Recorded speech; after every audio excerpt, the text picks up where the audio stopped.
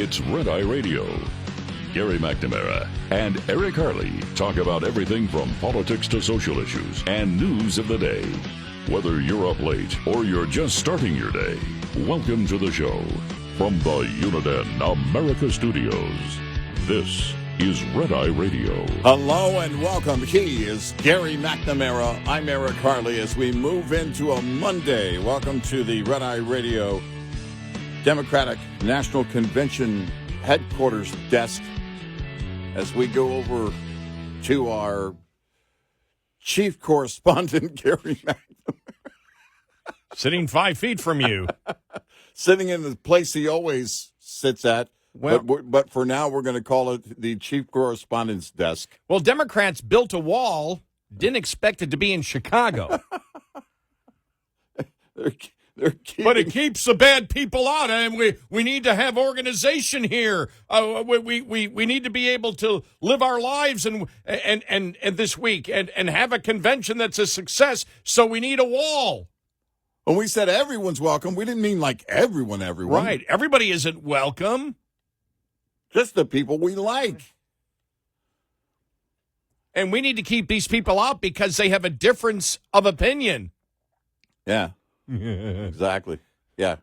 Right. Fox News is standing outside the fence going, can we get in? No. Actually, they don't have a difference in opinion. No, they don't. Think about this. Well, when I first heard about it, I thought, are they doing that to keep them in? Yeah, they're...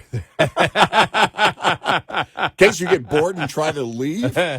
The wall is being set up. Think about this. Mm-hmm. The wall is being set up so the pro-terrorist portion of the Democratic Party that the candidates support will not be able to express how they believe. Yeah. Now, they did last night. You saw one got into the, we'll have that coming up in a little bit. One snuck up to the microphone and started screaming. Expect that to happen. But think about it.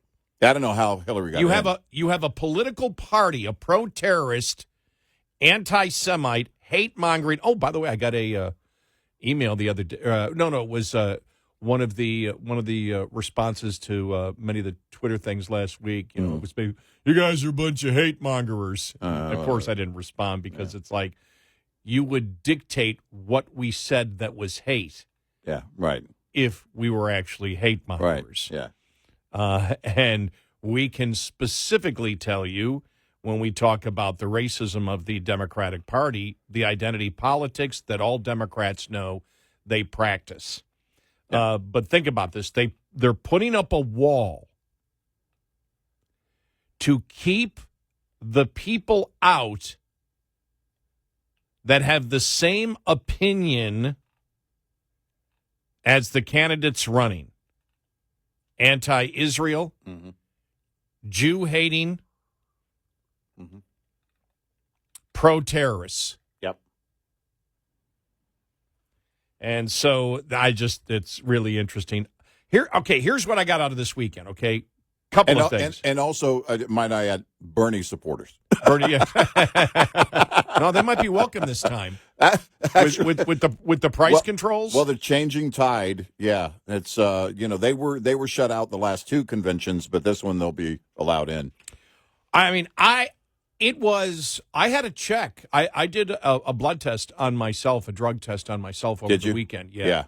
When I saw this Washington Post headline, opinion, the Times demand for serious economic ideas, Harris supplies gimmicks. This is the editorial board of the Washington Post. Price gouging is not causing inflation. So why is the vice president promising to stamp it out? Price gouging is not causing inflation. I mean, you had universal condemnation, well, except for Mark Cuban, who was like, it was like Mark Cuban was on the Titanic. It sank, and he's trying to grab for a life, one of the life rings, whatever you call it, right? A life vest. Yeah. And he's like, it was still right to aim at the iceberg. Well, since you own a pool, you can call it pool floaty. Legally, you Pool can call floaty? it pool floaty. Yeah. Oh, okay. Because he was, I mean, he was to the point of saying, all right, who was vice president and who was vice president and who controls policy? Like a survey that he was doing to like, well, yes, Harris is not Biden. Right. She has different ideas. It was so weak. I'm telling you. Yeah. Mark Cuban is embarrassing himself. Well, when we do this show, there are people that listen to us that disagree, but we quite often over the years have heard, I know why you think what you think. I know how you get to the point of you're forming your opinion. On these things with Cuban lately, and I don't think Cuban's a stupid guy. No, he's not. I don't know how you get to the point that some of the opinions he's issued lately, it's like empty. It's like, all right, that's not the brain that I think Mark Cuban has. Yeah, I know he believes those things. I can't tell you why. He was getting into the thing how the $25,000 is good, but it's different from college loans because it's only temporary, and the college loans are more of a permanent thing. Because he was getting burned on the fact that you understand how bubbles are created, right? You know exactly, exactly. That's on the college bubble, right? One of the points we agree with Mark Cuban on. Yeah, we agreed with Mark Cuban. He's the one that said, I think it was $10,000 a year should be it. 40,000. Nobody should have over 40,000 in debt. What Mark Cuban fails to realize, like most people do, and by the way, I'll have to play the Greg Gutfeld stuff. We went after him last week, for the thing that, Trump isn't a politician, and so he really can't, he's never going to talk like a politician. And we said, shut up. He's number one, anybody who's in political office is a politician. Number two, we're not asking Donald Trump to lie. Mm-hmm. We're simply telling Donald Trump to stick to the issues and tell the truth, and that's how he wins. But he was right on the other day. I mean, he just blasted the price controls in Harris. We'll have that. It was a great segment by him, and it did show the frustration that all of us have, the frustration that exists out there that we do have an economically illiterate population. Yeah, for all that they have learned in recent years, there's still so far. We have so far to go.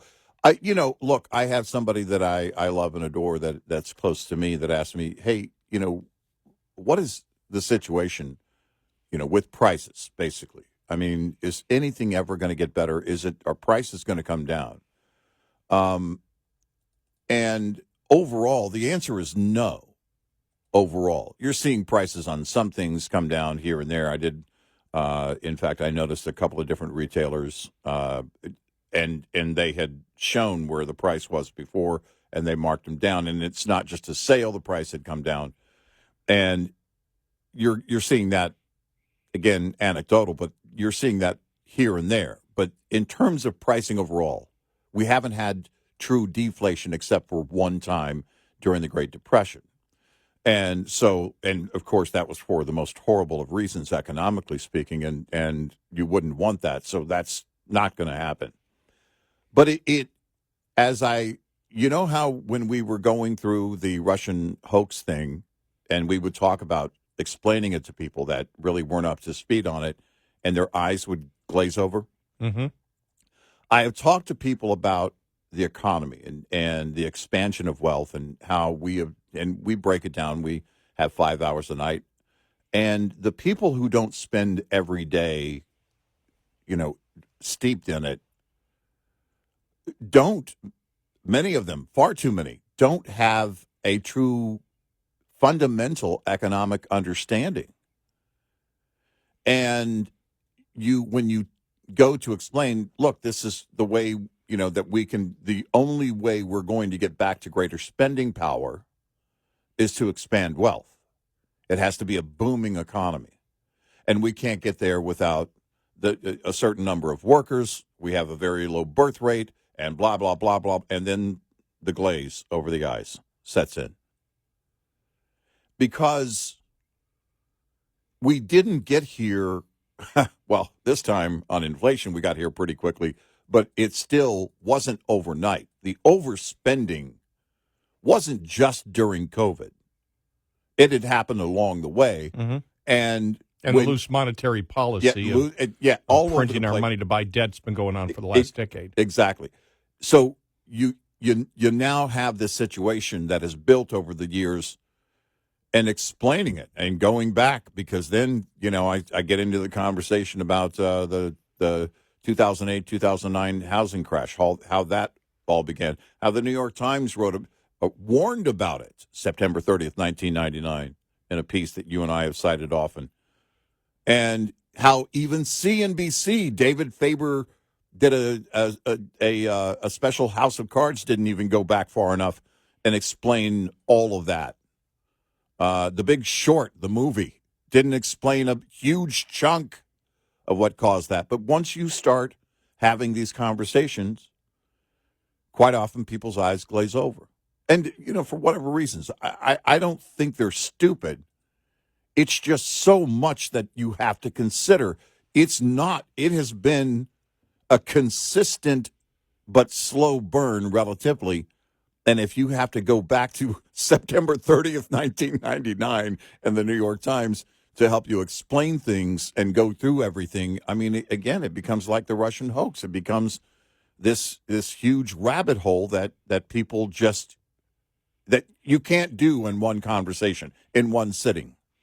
4 things I noticed this weekend. First off was the Washington Post editorial, which we'll get to here, because it was, you don't see this. I couldn't believe the universal condemnation of Harris on Friday. That surprised me. It really did. I thought they would try to spin it somehow, and there was really no spinning on it. You just, maybe you had a couple, complete radicals but the mainstream press was pounding on price controls. So we'll get to that. Also, Maureen Dowd's column in the New York Times that, hey, a coup is a coup, but Democrats are okay with it. Yeah. Everything that we have said in the other New York Times article talking about the reason that Josh Shapiro wasn't picked was because he was Jewish. Everything that we have said has been in, everything that we talked about was written up by the liberal media this weekend. Yeah. And and we'll get to each and every one of those specific things. And the other one was, and you got it too, from Trump at his rallies. And I didn't catch a lot of the rallies over the weekend, but our listeners going, he still isn't focused. He still isn't focused. Right. He still isn't focused. Right. He still isn't focused. Right. Well, here's what I'll say. If he's not, he's going to be who he's going to be. But if he isn't the topic at the end of the day on the defensive, it's okay. Right. The vast majority of independents are not watching the rallies. Right. So I understand what you're saying there. I think it's great that Tulsi Gabbard being brought in to help him debate shows that the campaign and even Trump knows his own problem. Well, he said it. He acknowledged it at one of the stops over the weekend. They tell me, sir, don't say this, but I got to say that, blah, blah, blah. So he's getting advice. He's getting the advice that we and some of our listeners have been saying, and that you got to focus on things. Someone close to me over the weekend say the side-by-side of his accomplishments and her zero accomplishments, that alone. And I said, yeah, you focus on that over and over and over. And, those are the things that you want to look at. But there clearly is something we know now, because of the way he acknowledged it over the weekend, that he is getting advice to stay on point. Whether he will or not is a different story. Yeah, because he said, what was it last week? I said, it was okay that he said that. Because he had said something about personal attacks, and he goes, but she called us this, and so and over the weekend she said, over the weekend, and I'm paraphrasing here, but this is accurate. She was stating that he's a bully and likes to bully people, and bullies are cowards. So in essence, she called him a coward. So if he brought it up and said, look, she called me a coward, well, she doesn't care about America, and economically, she's completely and totally clueless, to the point where when you see the Washington Post, you see the liberal media going after her. She's economically illiterate. She's stupid when it comes to economics. if she said that, if he said that in response to her implying that he was a coward, I'd be fine as long as you explain it. Oh, sure. Yeah. As long as you explain it and right. And it's, and so that's fine. I understand the sensitivity to people, though. If you're watching, you're becoming, don't become like me, because it'll drive you crazy, nitpicking. But it's got to be like, right now it's okay. Well, Right now, everything, again, the Republicans won the weekend big time. Yeah. I drive my wife crazy with nitpicking and going, I went on a rant. We hadn't even started our day the other morning. Saturday morning.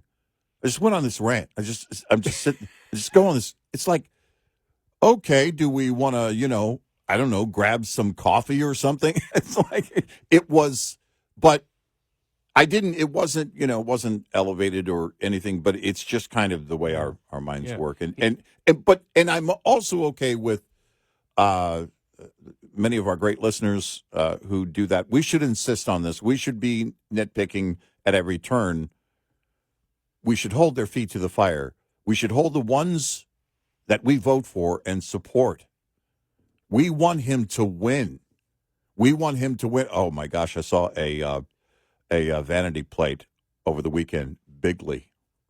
Yeah, it wasn't from Texas. It was from another state. It said Bigley. I thought, all right. I couldn't. It was. I couldn't tell it was from a state other than Texas. But I thought, okay, is that making fun of Trump or is that a pro-Trump person? I still trying to figure that out. But it was interesting. But we want him to win in a big way. We want the party to win. And then when they win, like you say, it's like draft day. That's fine. You won. Okay, everybody applaud. Now get to work. Well, if the Republicans take the Senate, the House, and the executive branch, you and I guarantee, will be complaining about, especially on economic things, where they're going. Yeah. But this isn't about normal day-to-day things. Right. This is about everything from the lawfare to everything that we have seen, the weaponization of government. This is much bigger than the day-to-day things, which is why I want him to win. 866-90 Red Eye. This report is brought to you by Chevron. With advanced synthetic technology, is designed to help keep your rig running with more mileage and less maintenance. How much do you know about synthetic oil? Heavy-duty trucks have been running on traditional mineral oil for the last 100 years, but today's technology brings us other options to consider. Synthetic is better quality. Unlike conventional oil, synthetic oils have a consistent molecular structure, giving it the ability to support pressures from higher horsepower engines, especially at lower RPMs. It also allows oil to reduce friction in an engine, controlling temperatures and improving fuel economy. Lastly, they're cleaner. Synthetics pick up fewer contaminants as they do their job of lubrication. They also have a better oxidation stability, resulting in an overall cleaner engine. Lines open for your calls. 866-90 Red Eye on Red Eye Radio.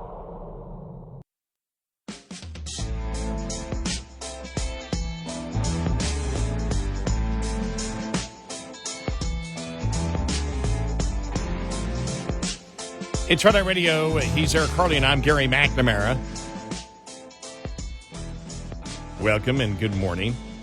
Yeah, that's the other thing. Besides the left not liking what Harris is doing, on the other end, this weekend more complaints than I've ever received from Trump supporters about Trump. Mm-hmm. Yeah, not staying focused. Yeah, and as we have said, he's going to be who he is, which means he's not going to stay focused. He is going to ramble. At the end of the day, it's not whether he stays focused; it's whether it harms him. Look, and if it rises to the top of the news cycle and it has legs, beyond that day, then there's a problem. Would I like him to be much more focused? Have you heard my nitpicking the last 8 years? Yeah.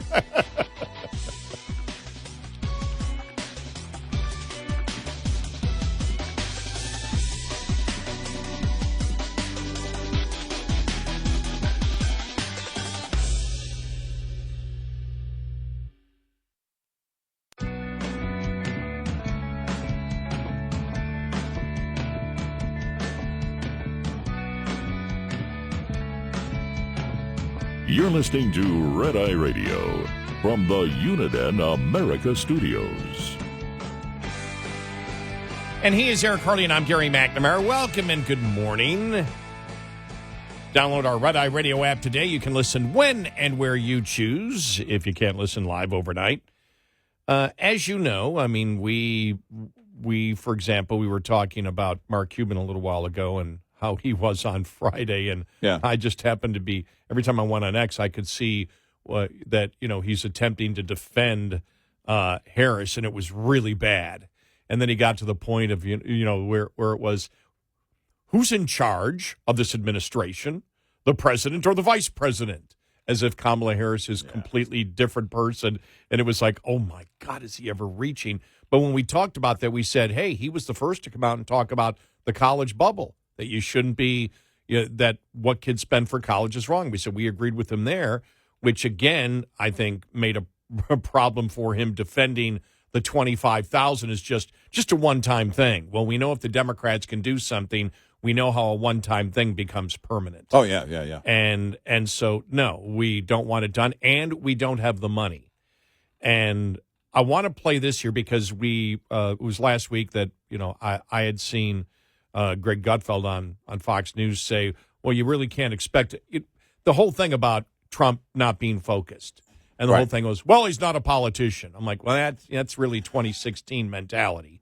And I said, no, I disagree with it. I'm not asking him to lie, because what's a politician?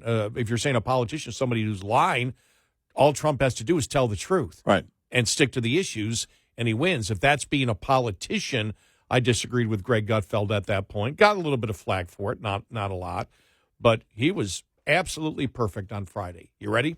Yeah. Okay, here we go. This is Friday after the Christmas gift list that came from Kamala Harris. Here we go. Well, first, I want to point out something Jessica said, that Trump began as a millionaire and now he's a billionaire. I think that makes him an expert in this. I would rather listen to somebody who began as a millionaire and is now a billionaire than somebody who doesn't have a damn clue about economics. I've never heard a candidate today more unsure of themselves on a topic than Kamala Harris. I think she's been burdened by the weight of expectations put on her by the media. I've never seen a better campaign ad for Trump. She's campaigning better for Trump than Trump is. First, let's talk about the down payment issue on the House. A lot of this stuff is infuriating, because they're treating the American public like idiots. She makes a proposal that is only half an equation. The first half is, here's a nice thing for you. The second half is missing, who pays for it? You saw this with student loan theft, described as forgiveness. Who paid for it? You paid for it. You see with immigration policy, who's footing the billions and all that free stuff? You're paying for it. Nothing is free. Nothing is free. And the sooner or later you figure that out, the better off you're going to be. And that's directed at Democrats who don't understand that these policies are going to sink this country. If you cap prices, you increase scarcity by diminishing competition. People can call her a communist, but you gotta explain this, because the media won't ask the follow-up questions. How do you plan on doing this? Please give me an example. Give me an example where industries got together in a room and decided to drastically increase prices. That doesn't exist. The only example they'll have is, a bodega raised prices on umbrellas when it rained. That's all they got. There is no payoff for industries to artificially inflate their prices, because the people who drive the prices are the consumers. That is, if you want to understand supply and demand, it's the consumers who drive the prices. There is absolutely no debate on this. There is not a single economist who would agree that this is the right thing to do. We can go and talk about Eastern Bloc countries. You can look at the cheap, terrible cars that they made and the appliances they made, but you already know that story. So how do you keep a debate alive if we know this is a fraudulent idea? You don't talk to economists. You listen to politicians or talking heads like me who have to do the research, because I'm sick and tired of hearing people pretend like they know what they're talking about on TV, but they don't. So you won't see economists on other shows, other networks asking these questions. Like, can you give me an example of how this is done? What are the major industries? What is the right price? What is too high? What is too low? Can the government set prices based on not having a knowledge of an industry? What do you mean exactly by price gouging? How is that done beyond unique exceptions? Price gouging is a weak phrase directed at weaker minds. There you go. Yeah, very good. It does require explaining it. If we use certain terms, we break it down as to why we use the terms, as to why we would call somebody what we call them. And it's imperative that we do this. You and I have been doing this for next year will be 20 years together, and we're going to have cake. And it's and low carb cake. It won't be good, but it'll be cake. And it is important. It's always been important to us that you break it down. Like I was saying earlier, you start talking the economy with someone and their eyes kind of glaze over. But for us, we really don't know how else to do it. We have to break it down as to, okay, well, this is how things go, and this is how, if they do this, this is what happens. You've talked about for years the economics is about incentive and disincentive. And capitalism, I've called capitalism the original crowdfunder. And this is what this country was built on in terms of the economic principles of this country under the entire umbrella of liberty, that opportunity that the left wants you to believe is should not only be the outcome, the positive outcome should be an opportunity, but it should be a guarantee, which is absolutely not the case. Totally different discussion, but you get into the economics of it, you get to the breakdown of it, and there was a reason she was rejected on Friday. They were hoping, by the way, because Friday's the day when you float it and you hope that the Sunday morning news shows and the liberal media takes that pail of water and carries it for you throughout the weekend.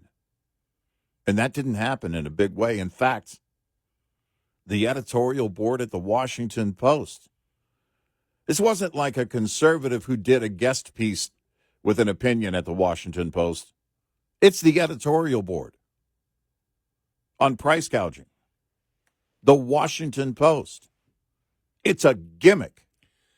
You know, when he talked about, explaining it and talking about supply and demand and why, the whole price controls, don't work.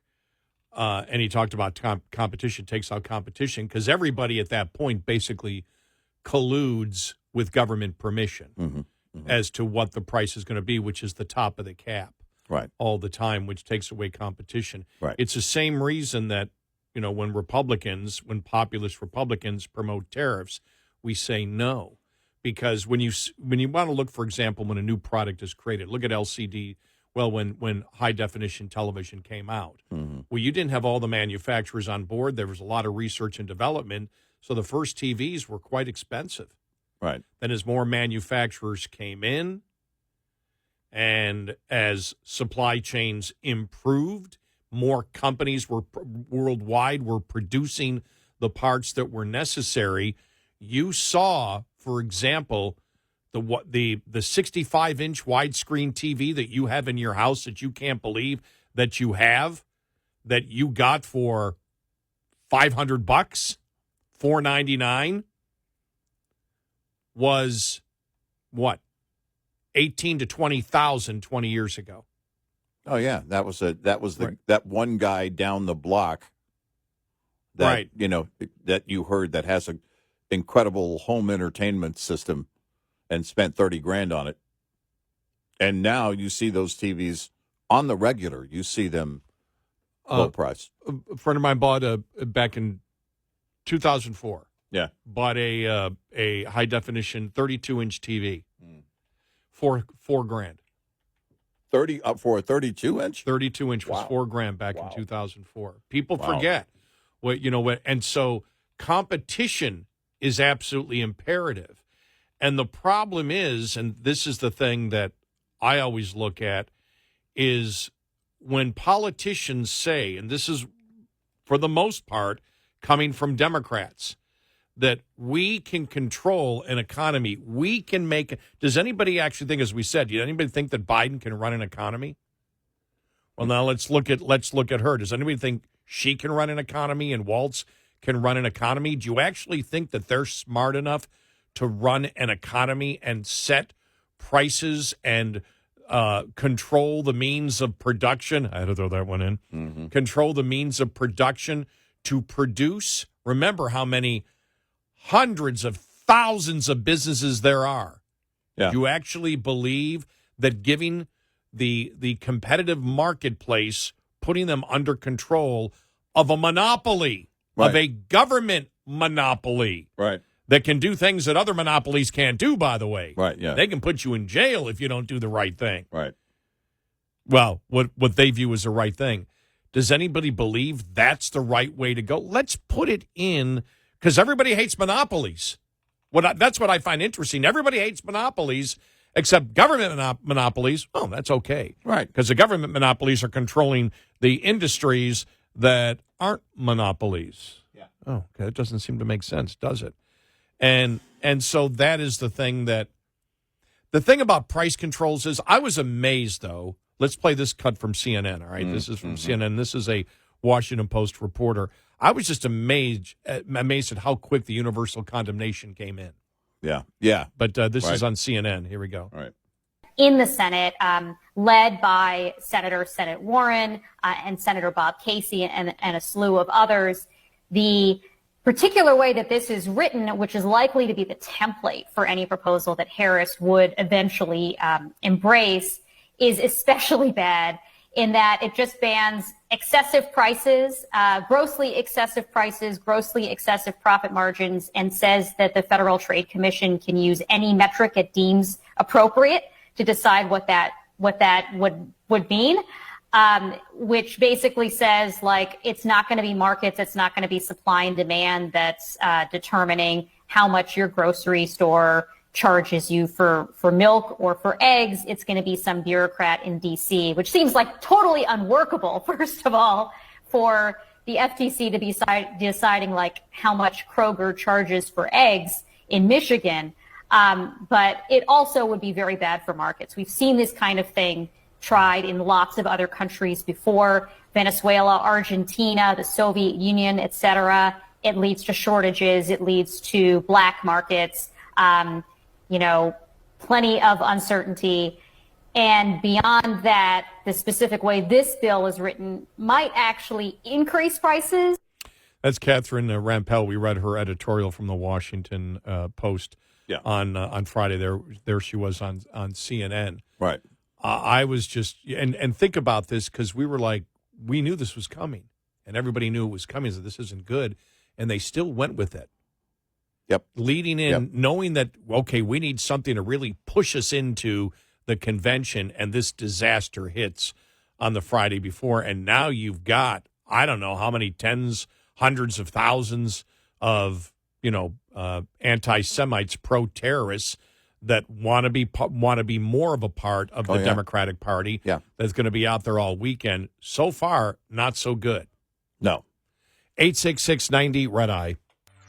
Get in touch with Red Eye Radio, toll free at 866-90-RED-EYE.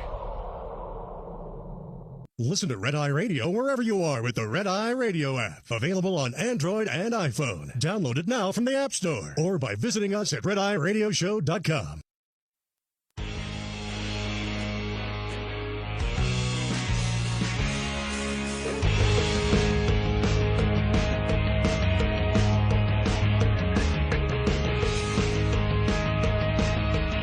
It's Red Eye Radio. He's Eric Harley, and I'm Gary McNamara.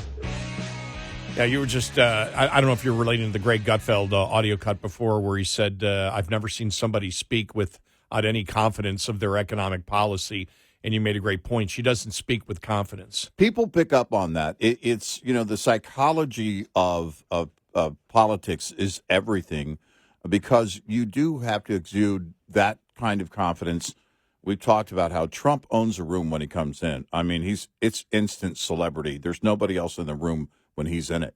And it's not the case with her. And I mean the virtual room as well. When she's on camera, and I've said this before, it's like somebody at the last minute asked her to get up and say a few words. She's campaigning to be president. It's not oh, hey, there's Kamala Harris. Would you say a few? Because she doesn't have that confidence at the podium. And people pick up on that. When you hear her whiny voice, and sorry, but she's got a whiny voice. There's no other way to describe it. That whiny voice is, to a great extent, lack of confidence. Also, the laughter is lack of confidence. The laughter is basic. It's a nervous laughter. It's a nervous behavior, and it's also the lack of confidence in the point she just made. It's a deflection. It really is a deflection.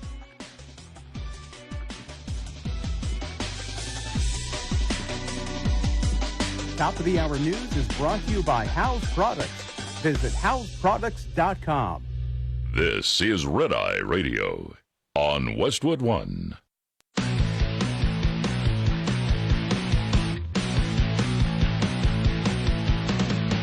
Now, it's Red Eye Radio. Gary McNamara and Eric Harley talk about everything from politics to social issues and news of the day. Whether you're up late or you're just starting your day, welcome to the show. From the Uniden America Studios, this is Red Eye Radio. All across America and around the world, we are Red Eye Radio. Good morning. He is Eric Harley, and I'm Gary McNamara. If you would like to get aboard, 866-90-RED-EYE. Here's something that I thought we could bring up. I'm reading here the Washington Post editorial. The Times demands serious economic ideas. Harris supplies gimmicks. And then in the second sentence, price gouging is not causing inflation. So why is the vice president promising to stamp it out? And when I saw that, I just had to go back to the audio cut from the late Milton Friedman. This goes back years ago when talking about what causes inflation. But it comes down to the same thing. Inflation is made in Washington because only Washington can create money. And any other attribution to other groups of inflation is wrong. Consumers don't produce it. Producers don't produce it. The trade unions don't produce it. Foreign sheiks don't produce it. Oil imports don't produce it. What produces it is too much government spending and too much government creation of money and nothing else. There you go. It seems like Milton Friedman would be proud. And I had to mention this. He would look at the Washington Post editorial and say, my God, they're starting to get it. The liberals are starting to get it. Well, he's been dead, 20 years now? Yeah, right. And going he may be spinning in his grave going, wow, finally. Well, the thing, too, about that Post piece that I noticed, because I went to print it off, and it was only 2.5 pages. And it wasn't the longest piece where they're kind of jumping around, sometimes more liberal editorial boards, and most of them are, kind of jump around making excuses, right? Trying to walk it back and temper it. The last paragraph is pretty telling. To be sure, every campaign makes expensive promises that will never come to pass, especially with a divided Congress. Remember Mr. Biden's pledge to make community college free? Every adjusted, even adjusted for the pandering standards of campaign economics, however, Ms. Harris's speech Friday ranks as a disappointment. Now, You may say it's far more than a disappointment, but again, we have to temper it with the fact that this is the editorial board with the Washington Post, for the Washington Post. Well, the biggest one was when he promised to cure cancer. Well, that was the biggest one. whopper. And I would also say that wasn't, I mean, I know Joe made the promise, but that really was a burning idea, the whole free college thing. I mean, it was kind of a signature, I would say. Yeah. Bernie wasn't the first to say it, but it was in modern presidential campaigns, that was more of a Bernie Sanders signature move. But still, it is telling what came out of Friday was a big nothing. And the reason a big nothing, and kind of a rejection, if you look at it, of these ideas that were floated, and the reason it was a big nothing is because it started as a big nothing. This is part of the editorial. Vice President Kamala Harris's speech on Friday was an opportunity to get specific with voters about how a Harris presidency would manage an economy that many feel is not working well for them. Unfortunately, instead of delivering a substantial plan, she squandered the moment on populist gimmicks. Americans are clearly anxious and angry about the high cost of groceries. The vice president opted for the wrong route, blaming big business. She vowed to go after price gouging by grocery stores, landlords, pharmaceutical companies, and others supposed corporate perpetrators by having the Federal Trade Commission enforce a vaguely defined federal ban on price gouging. Never mind that many stores are currently slashing prices in response to renewed consumer bargain hunting, which means, as we talk about, and that's why Milton Friedman wouldn't even include labor unions in it, goes, none of these cause inflation, right? Because they all are done inside the competitive marketplace. Right. They all have to abide by supply and control.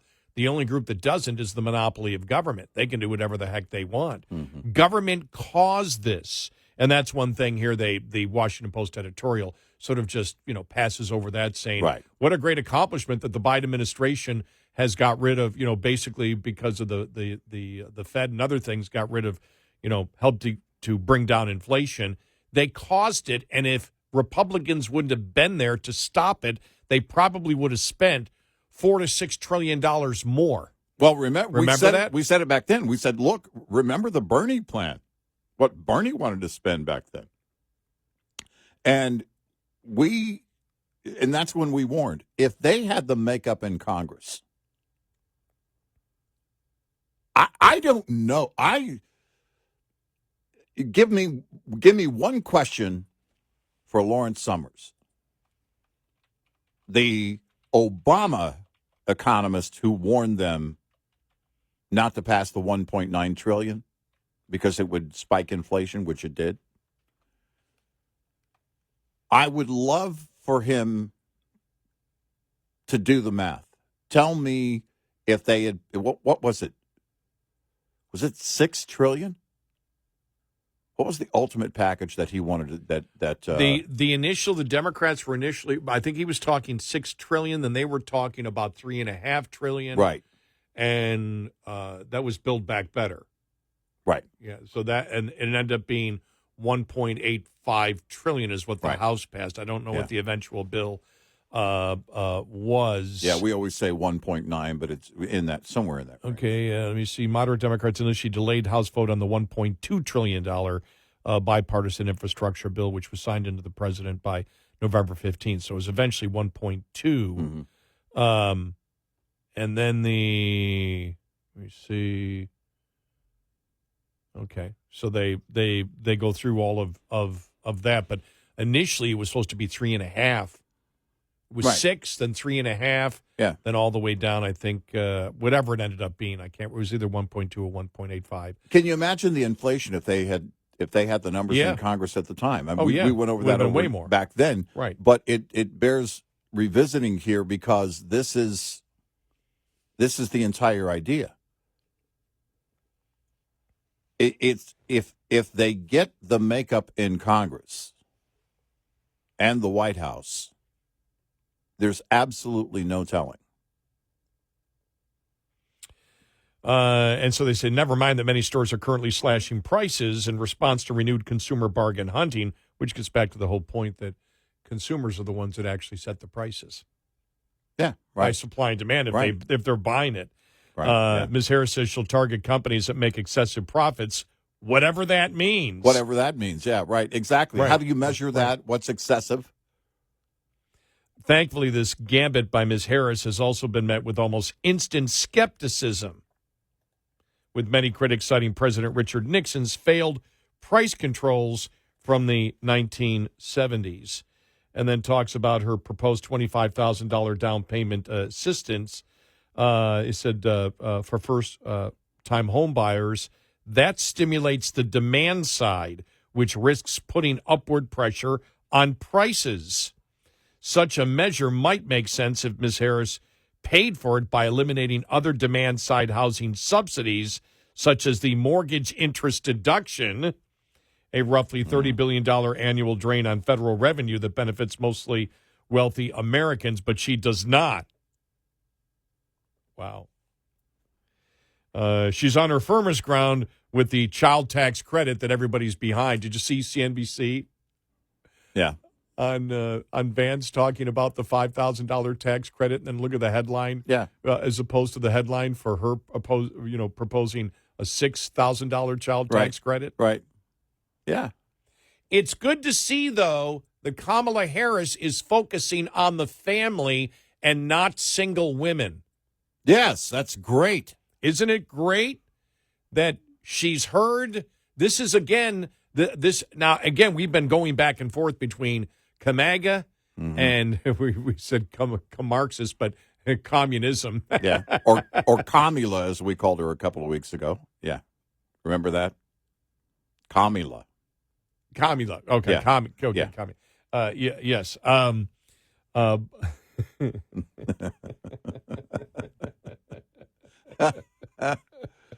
By the way, you are upset at both of them, J.D. Vance and Harris, for not including a cat tax credit. Yes, I would like a. And it has nothing to do with single women. Right. To be clear, this is because I had talked about elderly single men with cats. Exactly. Which a couple of weeks ago. Yeah. Which would be me. Right. But it's good to see that the focus of the Democrats is not single women right. with cats. Right. But the family. They are promoting that the family, by doing the tax credit, they are promoting that the best way to run society is for women to have children. That's right. Right, Democrats? By the way, that should be brought up by J.D. Vance this week. Right. I'm glad she agrees with my point because, or just stay away from it. He can't. Are they going to separate the protesters by causes there in Chicago? Have we gotten to that point? Okay. I don't know. The environmentalists over here, the pro-Hamas, pro-terrorist, anti-Semites over here. And if you're both, you go over here. I mean, that's just organizing that part of their convention. Well, but it's good, though, that the Washington Post is starting to understand some economics. Look, the liberals understand some economics now. It's not the piece you and I would write, but no, it's the Washington Post, and, they stepped in the ring, so, okay. That's why we have to acknowledge it. It's because it's exactly what we have been watching and what we watch for in political cycles, and that is the response, number one, by their own side. The facade, the honeymoon has been over for a while. The facade was always going to fall because at some point you got to float your agenda, you've got to float your ideas. We believe sometime around August 31st at midnight, she's going to do a sit-down interview. Here's a question, though. Yeah. Why did the media choose price controls? It's not going to happen. That isn't going to pass. Right. There's no way to get that done. So why approach it when they know it's not going to happen? So that's a good question. Well, no, not the campaign. I mean the liberals. Yeah. Why did the media attack this yeah. when they could have just said and focused on the $25,000 and other stuff. Because the media knows, which is what I was saying, the media knows it's not going to happen. Why even take that up? Which is my point. Yeah, exactly right. It's why did they take on that? Why did they attack her?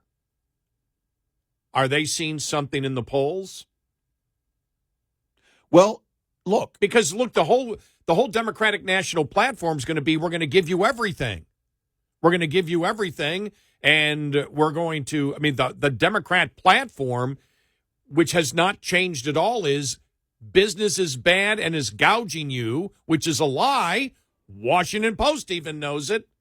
The liberal media over the weekend, if you watched it, was pounding on this particular plan. And so, but it's, they're pounding on this, yet the Democrat platform has been give everybody everything. Don't care about debt. The interest on the debt doesn't matter. What she is proposing, what she will propose this week, will just be a gift list of everything because you're attempting to buy votes by saying, we're going to give you money. At the basis of it is inflation. Something else that just crossed my mind. How is the grocery store, the inflation at grocery stores is different than inflation at the pump?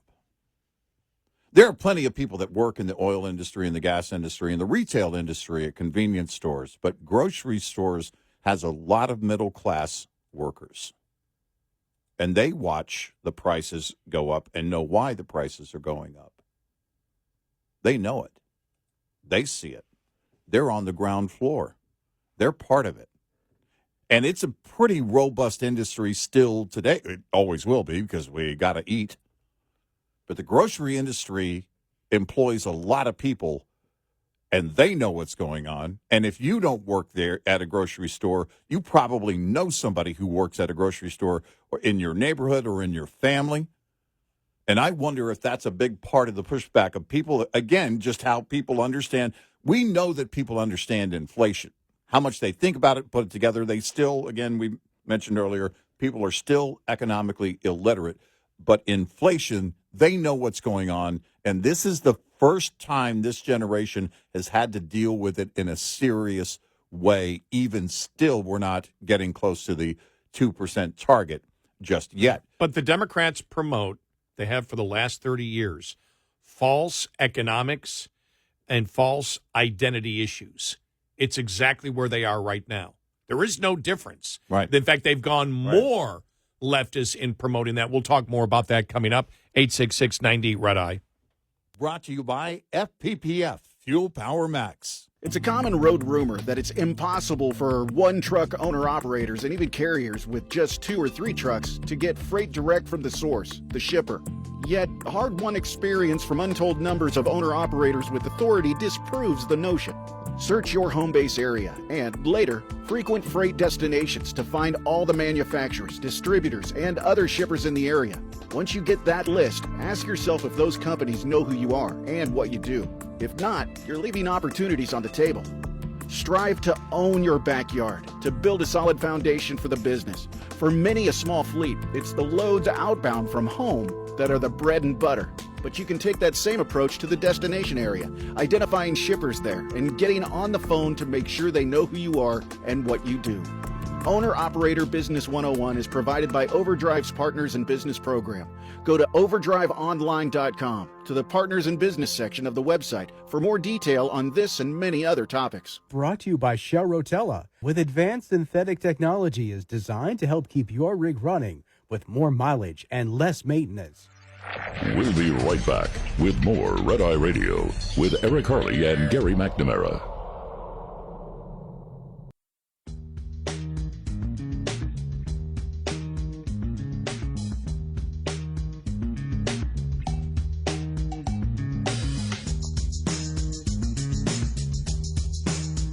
It's Red Eye Radio. He's Eric Harley, and I'm Gary McNamara.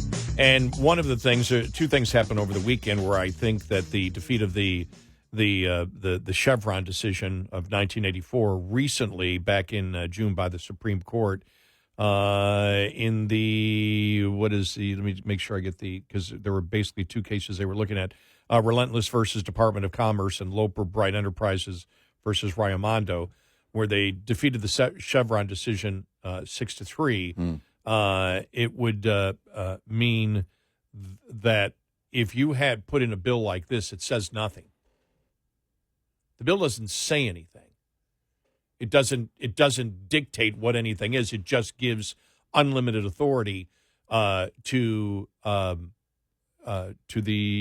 FTC, Federal Trade Commission. Right. You're not going to get it through to begin with, and the courts would be all over this when they would make an arbitrary decision based on, okay, it's time that bread only costs this amount. Well, wait a minute. Where did Congress say you could do bread? Right. Where you could do bread. Right. With the Chevron decision gone, you've lost that ability, especially on climate change issues, but also the whole the Supreme Court decision on the 10 states that will not abide by the Biden administration rule that boys be in girls' bathrooms and boy plays men's sports. People said, well, Gorsuch voted against it. That was a technicality. I don't believe Gorsuch voted on the fact that men should be able to use it, or that Title IX ever stated that men should be able to use or play women's sports. Yeah, his was a procedural issue. It's a procedural issue. Right. That's going to go down to defeat also because of the anti-Chevron decision.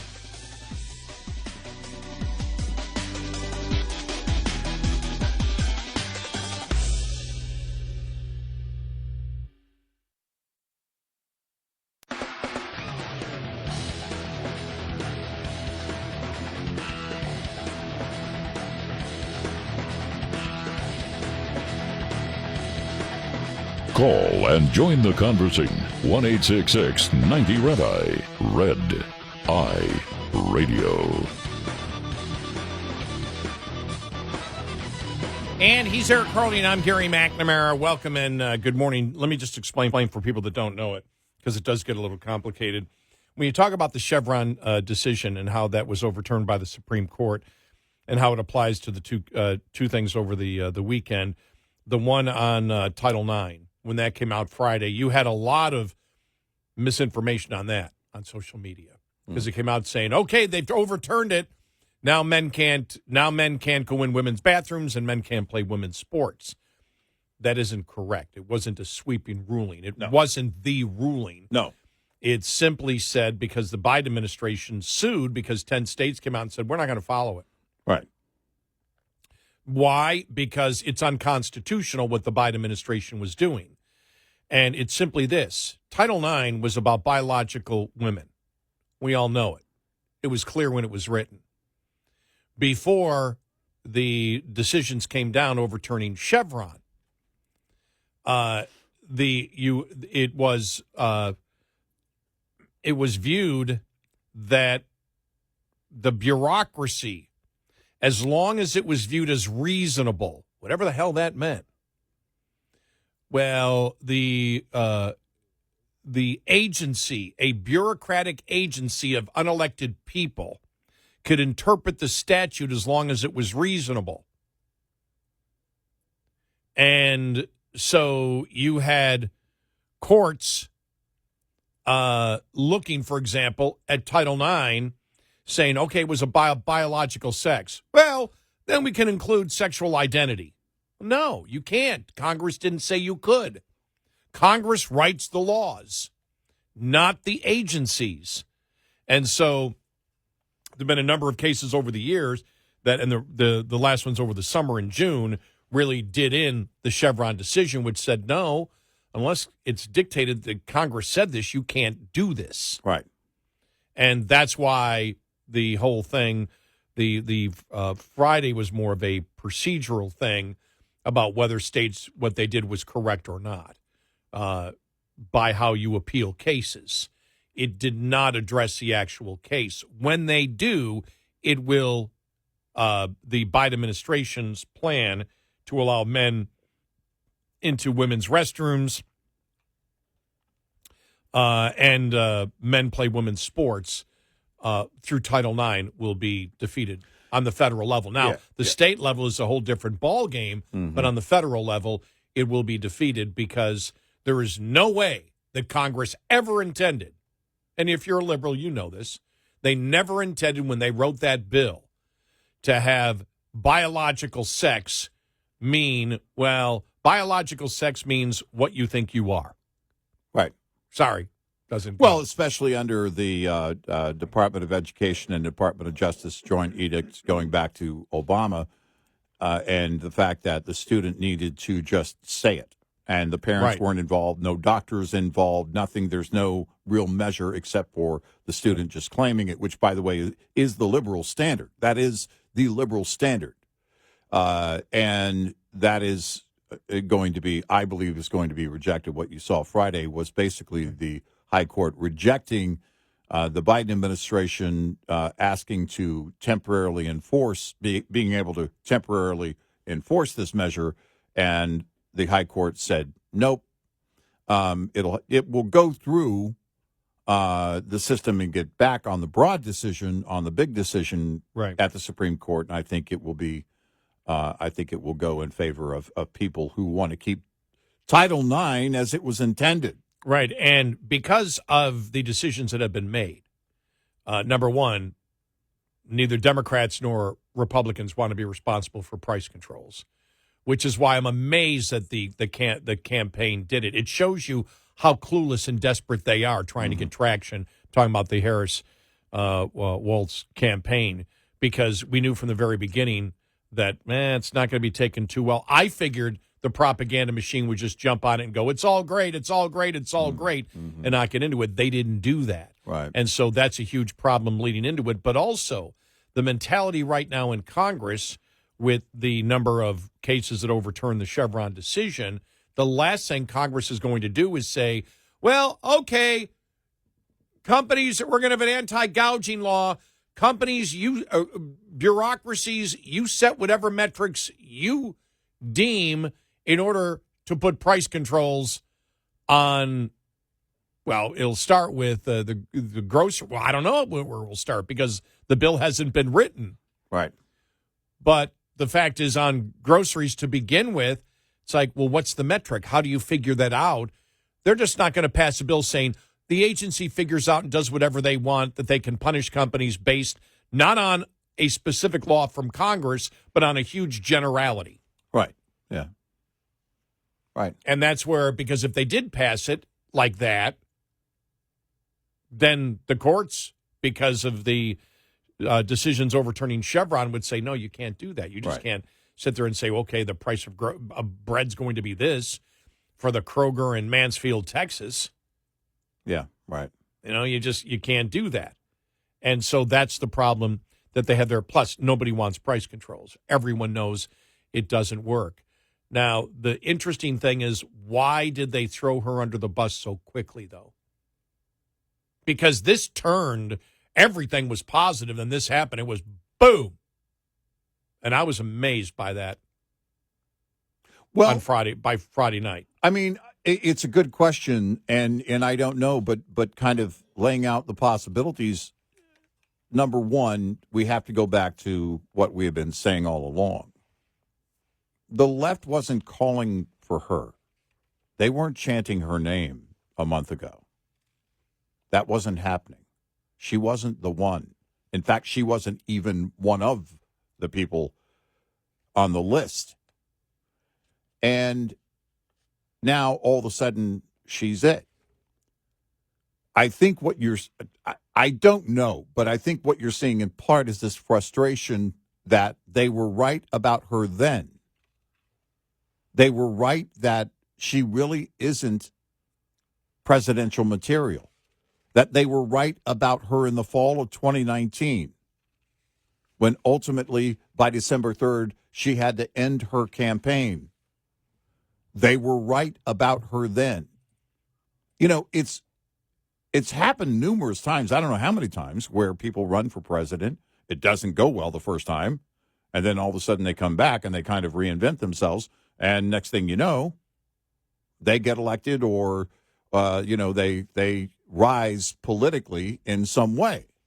Well, that's not happening with Kamala Harris. That's not happening. This isn't a case where,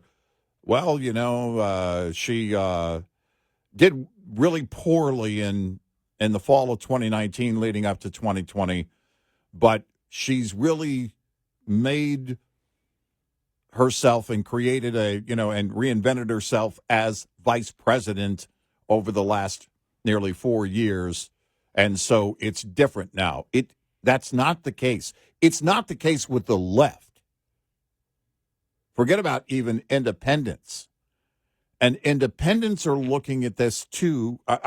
Democrats are looking at this too, as they have to be the future of their party. She's not it.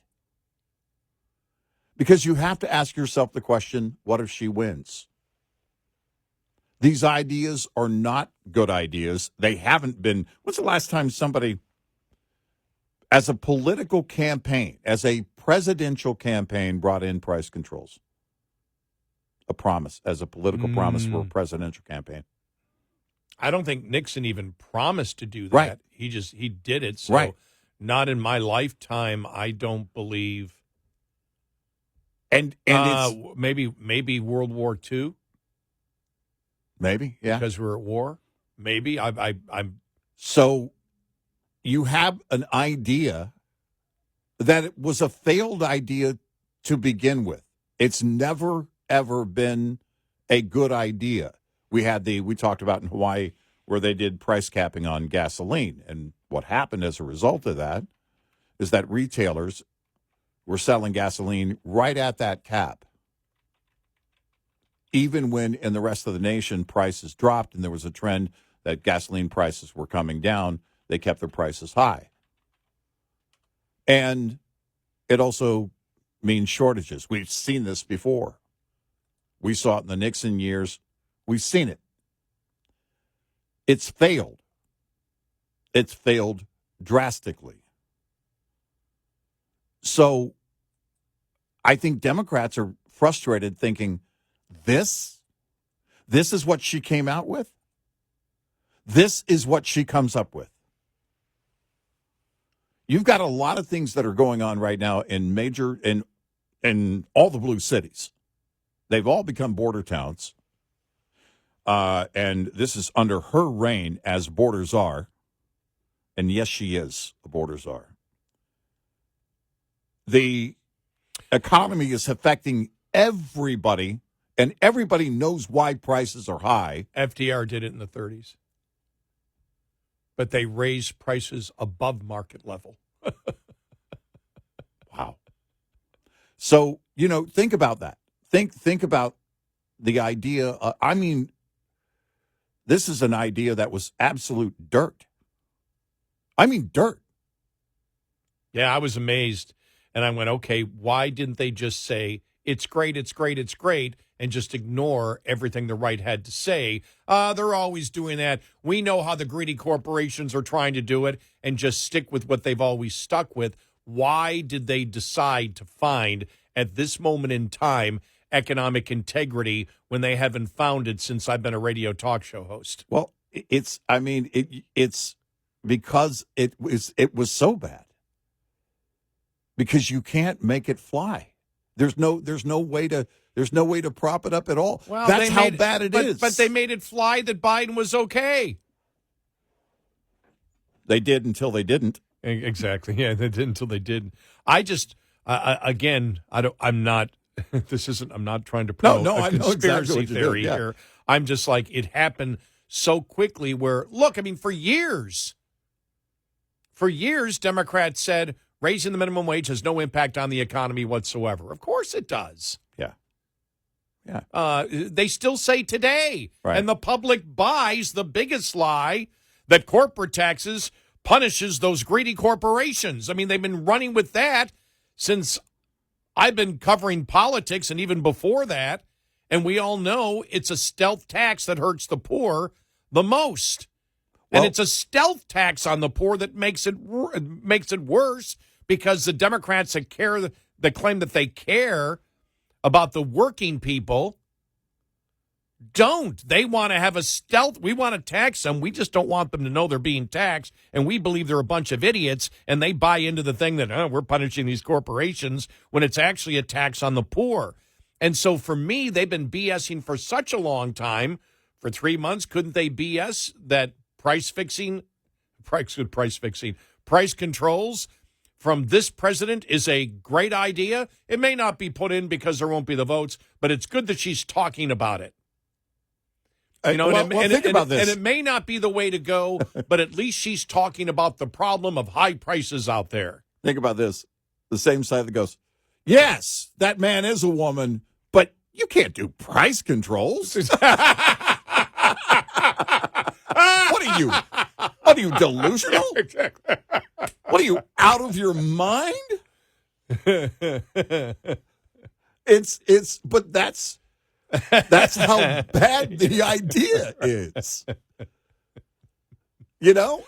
Let's get rid of police. Right. But I can't do price controls. Well, immediately the polls showed, yeah, they need to defund the police in those cities, but not my city. Right. You know, that's how the polls came back immediately on the whole defund the police thing. Well, no. Not in my town. 866-90 Red Eye. Coming up, more with Gary McNamara and Eric Harley. It's Red Eye Radio.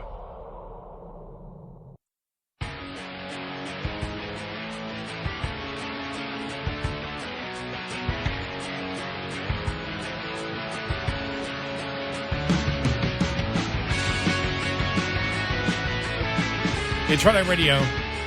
He's Eric Harley, and I'm Gary McNamara. It was really interesting. You had surrogates for Harris and the Democrats out over the weekend, even still saying Biden wasn't pushed out. Then Maureen Dowd with her column. Man. My gosh. Yeah. Wow. Maureen Dowd with her column. Yeah. It was absolutely, it was a coup. Yeah. Democrats all Democrats are happy with the coup. Yeah, right. But it was a coup. Yeah. And he was forced out. Yeah. We'll get to some of the specifics of it because it's like, whoa. Yeah. Very interesting. It's exactly what we have said, and it is the truth, and Democrats continue to lie on that. They don't need to lie on it because you can tell the Democrat voter doesn't care whether their vote counts. As long as it wasn't Biden, they don't care that their voice doesn't. The majority don't. There are some that do. You may see them this weekend. Yeah, maybe. Believing that Harris wasn't leftist enough. But remember, even the powers that be did not want Kamala Harris, as Maureen Dowd explains. Yes, exactly.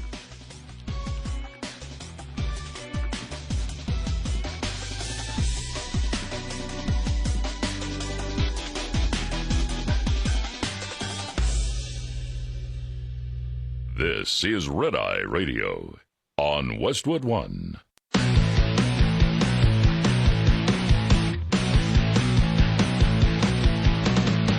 Now, it's Red Eye Radio. Gary McNamara and Eric Harley talk about everything from politics to social issues and news of the day. Whether you're up late or you're just starting your day, welcome to the show. From the Uniden America Studios, this is Red Eye Radio. All across America, we are Red Eye Radio. Welcome and good morning. He is Eric Harley, and I'm Gary McNamara. Thanks for being here. Thank you. Thank you very much. So Maureen Dowd in the New York Times over the weekend. The Dems are delighted, but a coup is still a coup. Wow. Yeah. This is fascinating. Over the weekend, I was watching some of the Harris operatives saying, no, he wasn't forced out. He wasn't forced out at all. Yeah, he was. Yeah. Said it's going to be a glorious coronation in Chicago, except everyone's mad at one another. This is Maureen Dowd. Oh, by the way, if you don't know who Maureen Dowd is, lifelong liberal. Mm-hmm. Top Democrats are bristling with resentments, even as they are about to try to put on a united front at the United Center in the Windy City. Powerful Democrats maneuvered behind the scenes to push an incumbent president out of the race. It was a tectonic shift, and of course there were going to be serious reverberations, even though it was the right thing to do because Joe Biden was not going to be able to campaign, much less serve as president for another 4 years in a fully vital way. It was jaw-dropping. At some point when the polls cratered, Democratic mandarins decided to put the welfare of the party and the country ahead of the president's ego and stop catering to his self-regarding fantasy that he was the only one who could beat Donald Trump. Also, they all could know that Biden was slowing faster than he and his family or his inner circle were acknowledging. Biden went from looking forward to getting back on the campaign trail to gone in one weekend with the handprints of Barack Obama, Nancy Pelosi, Chuck Schumer, and Hakeem Jeffries on the president's back. And when Kamala Harris deftly cemented her position as the nominee, the party erupted in a dizzying sense of possibility. How could Joe Biden not be hurt that the Democratic convention went from 4 days of as James Carville put it, to a joyful romp with Kamala Harris atop the ticket? Democrat after Democrat who had been close to Biden before conspiring to push him out had to confess to cable anchors that they had not been able to talk to the president who was sulking in his tent. Party leaders whitewashed the coup by extolling Biden. James Clyburn told CNN that Biden had a record that no president of the United States could ever match. Pelosi proposed on CBS's Sunday Morning that Biden's face should be carved into Mount Rushmore. You have Teddy Roosevelt up there, she said, and he's wonderful. I don't say take him down, but you could add Biden. Despite the grandiose flattery, Joe, Jill, and Hunter were not fooled or appeased. Even if the Democrats wanted to put their bad blood in the past, the nasty man at the top of the GOP ticket won't let them forget it. Kamala wants nothing to do with crooked Joe Biden. Trump ranted on Truth Social Thursday. They are throwing him out on the Monday night stage known as Death Valley. He now hates Obama and Crazy Nancy more than he hates me. He's an angry man, as he should be. They stole the presidency from him. It was a coup. As much as she cared for the president, Pelosi would never choose helping the House of Biden over helping her beloved House of Representatives. Their alienation of affection was clear in interviews she did to promote her book, The Art of Power. One of the most ruthless and successful tacticians in congressional history seems sheepish about knifing her pal and conflicted over whether to take credit. When David Remnick asked Pelosi if her long relationship with Biden could survive, she replied, I hope so, I pray so, I cry so, I lose a lot of sleep over it. There was no kumbaya. Biden didn't care about the 3 generations of love Pelosi told Jen Psaki that her family had for him. The president already resented Obama for shoving him aside for Hillary, and he resented Hillary for squandering that opportunity and losing to Trump, even though Obama tried to do everything quietly to protect his saintly status. Joe was furious that Obama was sidelining him twice. Michelle Obama's relationship with Biden soured when his family ostracized Hunter's first wife, Michelle's friend Kathleen. That's one reason the popular Michelle wasn't on the campaign trail for Biden. Kamala can't be thrilled that Obama, Pelosi, and Schumer hesitated to endorse her because they wanted more moderate rivals to compete in an open mini primary. And Biden and Harris staffs also are touchy as Kamala layers on her own people. Biden still thinks he could have taken Trump, so how would he reconcile being shoved off the sled? On Wednesday, Ron Klain, Biden's longtime advisor, expressed to Anderson Cooper Biden world's feelings. I think it was unfortunate because I think the president had won the nomination fair and square, Klain said. 14 million people had voted for him and the vice president. As vice president, he added, I do think, the president was pushed by public calls for elected officials for him to drop out, from donors calling for him to drop out, and I think that was wrong. Those who pushed out Biden should be proud. They saved him and their party from a likely crushing defeat, letting Trump snake back in and soil democracy. That would keep Biden off Mount Rushmore. Wow. Mm-hmm. So there you go. Yeah, And again, I mean, she's not a Trump fan, as we all know. Right, yeah, right. But the fact is, as she said, it was a coup. And, hey, the Dems are delighted, but a coup is still a coup, was the headline of the actual article. You know, that's what it comes down to. We often talk about how history really looks at it, everything political especially, with very different eyes. And it's always interesting to think how history will look back in 30, 40, 50 years at a moment like this. But also, when you step back and see the entire landscape for what it is right now, it's bonkers, and the left knows it. It's bonkers also because the left helped make it bonkers in that there wasn't this uprising. Joe was pushed out. This was a coup, as she wrote. Joe didn't just all of a sudden have a change of heart. No, as the enforcer, a.k.a. Nancy Pelosi, got on the phone. Right. And said your donations are gone. It's You over. can't win. There's no path to victory. It's over. But how did that happen? Because it was the left. It wasn't MAGA people, forcing him out of the race. It was the left, the same people that propped him up for years. It's also the arrogance of Joe Biden, but they knew of that arrogance.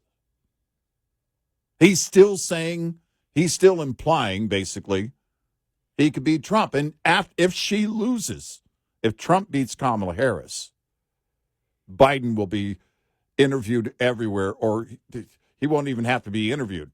He'll start his own YouTube channel. Yeah, I could have beat him. I could have beat him. I would have beat him. I would have beat him.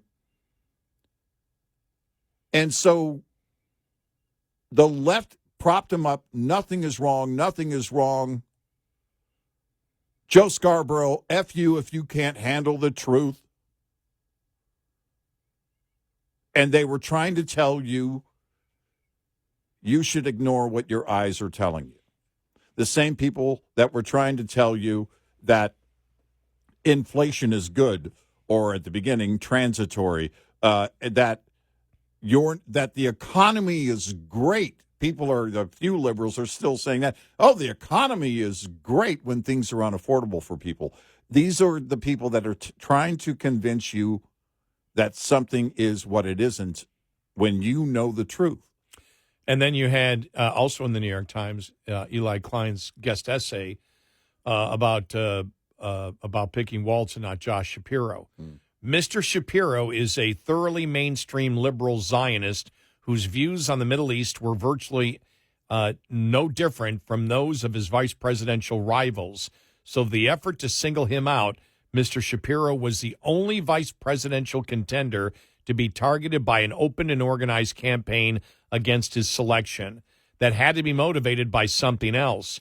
What was it about Mr. Shapiro that led people to argue his placement on the ticket would destroy party unity? It's hard to escape the impression that some of Mr. Shapiro's left-wing detractors were riled because he is Jewish. If being pro-Israel was the problem, they would have protested all of the vice presidential contenders. Senator Mark Kelly of Arizona, like Mr. Shapiro, supported using the use of police to dismantle campus anti-Israel encampments. Furthermore, he attended Mr. Netanyahu's speech to Congress last month and applauded. Activists loudly criticized Mr. Shapiro for enforcing a Pennsylvania statute prohibiting the state from doing business with companies that boycott Israel, but they didn't seem to mind or notice that Governor Roy Cooper of North Carolina signed a similar measure into law, nor did they attack Governor Andy Beshear of Kentucky when he was asked for his view of the conflict and replied, Israel is a strong ally of the United States.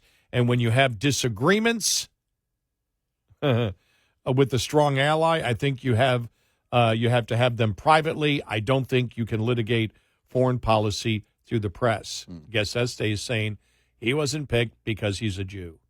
Yeah. By the way, I don't believe that they are all Zionists, that they are all in support of Israel.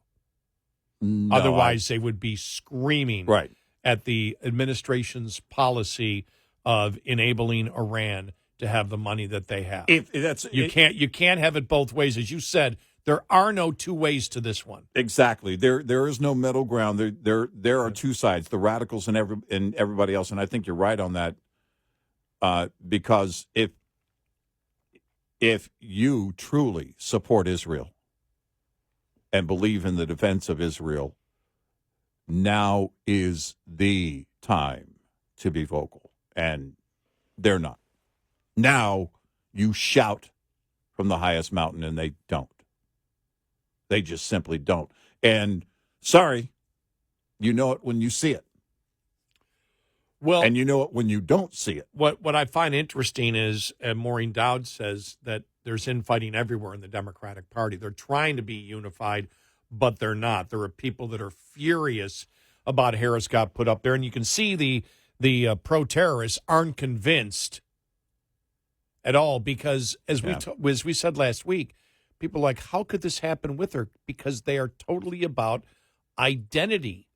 It's about absolute identity. You have to believe that if you're a black conservative, that you're not truly black. Right. That still exists. That's mainstream in the Democratic Party as identity politics is, which they judge people by the group they're in, not as being an individual. But everything is about false economics, the false economics or false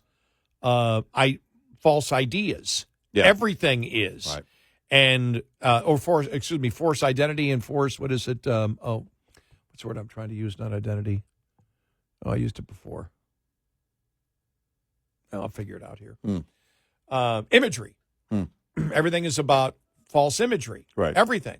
Right. Everything is about image. Nothing is about substance. Well, everything with her campaign is false. It is a complete facade, and I mean one made of tissue paper. It just dissolves.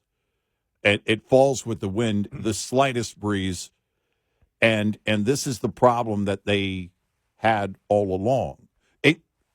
They were delusional in thinking they could leapfrog over her. I can't remember who it was. Somebody whose audio we played a few times, liberal, who more on many occasions, and they said, "Oh no, she won't be the one." Just completely putting aside the fact that you could never leapfrog over her. That was never going to happen. And this momentary sigh of relief. But they wanted to. Oh, no, they wanted to. You had all the powers that be did not want her. That's what I mean. And that's why there's a ton of people upset that she proposed this, what she proposed last Friday.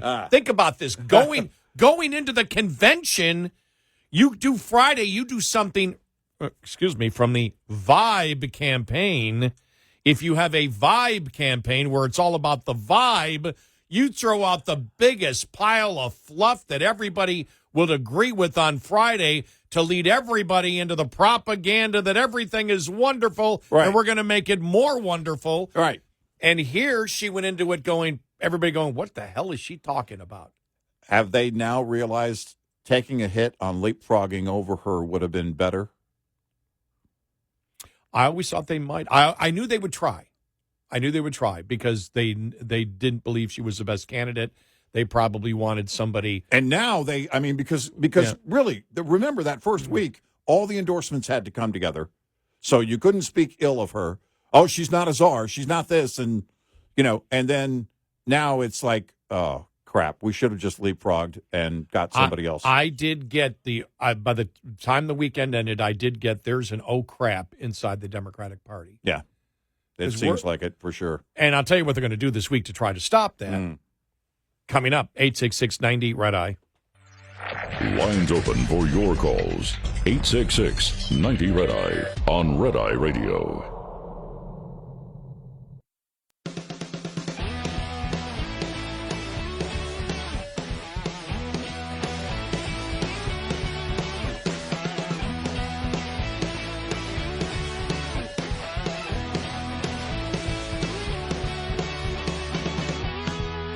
It's Red Eye Radio. He is Eric Harley, and I'm Gary McNamara. I think this convention, it's the only way that it can go. This convention will be about a Santa Claus list of everything that the Democrats are going to give you. Yeah, I think that's what's going to happen. It's really it has to be the Hail Mary, right? It will basically be if she wished to give a State of the Union address, and I always go back to this is Clinton, and I forgot which State of the Union it was, where he just put down a laundry list. It took him an hour and a half almost. Right. And we're going to give you this, and we're going to give you this, and we're going to give you this. I think that's what they should do. We're going to give you this, we're going to give you this, and then they're going to talk about how they're about joy. Mm-hmm. This really reminds me, because politics always goes back to something that was used before. I go back to 94 and the angry white male. That was so huge. I'll never forget. Anger is bad. Anger is bad. These angry white males. That's why the Republicans won. The angry white male. The angry white male. It's like, well, what do you... And the what they were trying to insinuate was, by putting white in there, was that you're mad because this country's problems is because of minorities. Yeah, that's what that was about at them. But they were always talking there. Let's talk about this anger. Why are people angry? Why is anger wrong? And as we know, nothing's wrong with anger as long as you feel there's an injustice that's been done. Irrational anger, yeah, but there's nothing wrong with anger. It's only justified, human reaction. But when they started with the joy thing, remember when they mentioned it twice? And I said it. I said, they're going to go with this joy thing. They're going to go with, we're joyful, and the other side is angry. And it's like, yeah, but as Britt Hume said, well, all they got to say is inflation. You see the prices you are today? You're going to vote the same people back in? If you want prices to be higher, vote those same people back in. It's that simple. You don't have to get complicated in this election. Very simple. You're going to vote the people back in that gave you this inflation? Right. Exactly. That easy. That's simple. Yep. And so, and that's why we're not happy about, and that's how you attack it. They talk about joy. We're not joyful about high prices. We know you're not happy in your situation right now, and we want to change that. But that's what they're going to do. They're going to offer you everything and say, we can solve all these problems. That's why we're joyful. We'll just make sure the federal government gives you everything and takes care of you.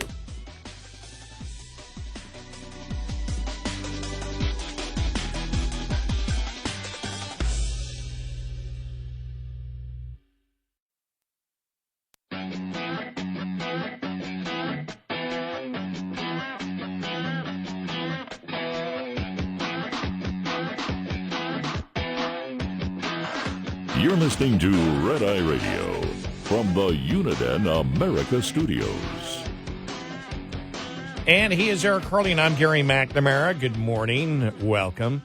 Let's go to the New York Times. This is David Brooks from the New York Times yesterday on PBS, I guess, talking about Harris's price control plans. But the price gouging is just, well, Catherine Rampell, the Washington Post columnist and NewsHour contributor, said it's impossible to exaggerate how bad this policy is. And I agree with that. And Catherine had a good line that if your opponent is calling you a communist, maybe don't lead with price controls.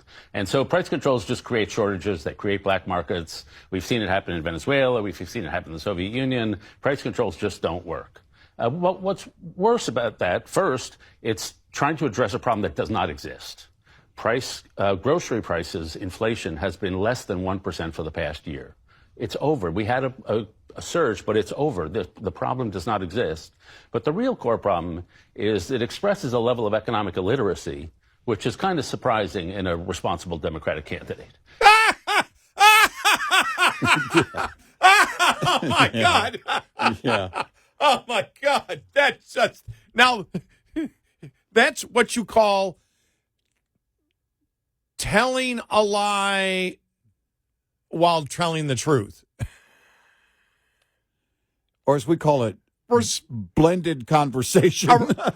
Talking about a responsible Democrat and Democrat responsible economic policies? Which one? Exactly. That was the one that got to me. That's when I said, okay. Yeah, that's funny. Let's defend the most idiotic economic plan by stating, and it's surprising coming from such a responsible candidate. Yeah. What the hell are you talking about? Yeah. Man, stop being delusional. Yeah. But they can't help themselves, right? You got to mix in the right amount of delusion, the proper amount of delusion. Are they trying to, do they think they're building credibility? I don't know. What's the attempt? I don't know. What's the attempt? I am so anxious to see everything that pours out on the stage this week in Chicago. I am very anxious to see, because you and I have been asking for a while, certainly since October 7th of last year. How do you keep the radicals out? Well, they decided to build a wall and make Chicago pay for it.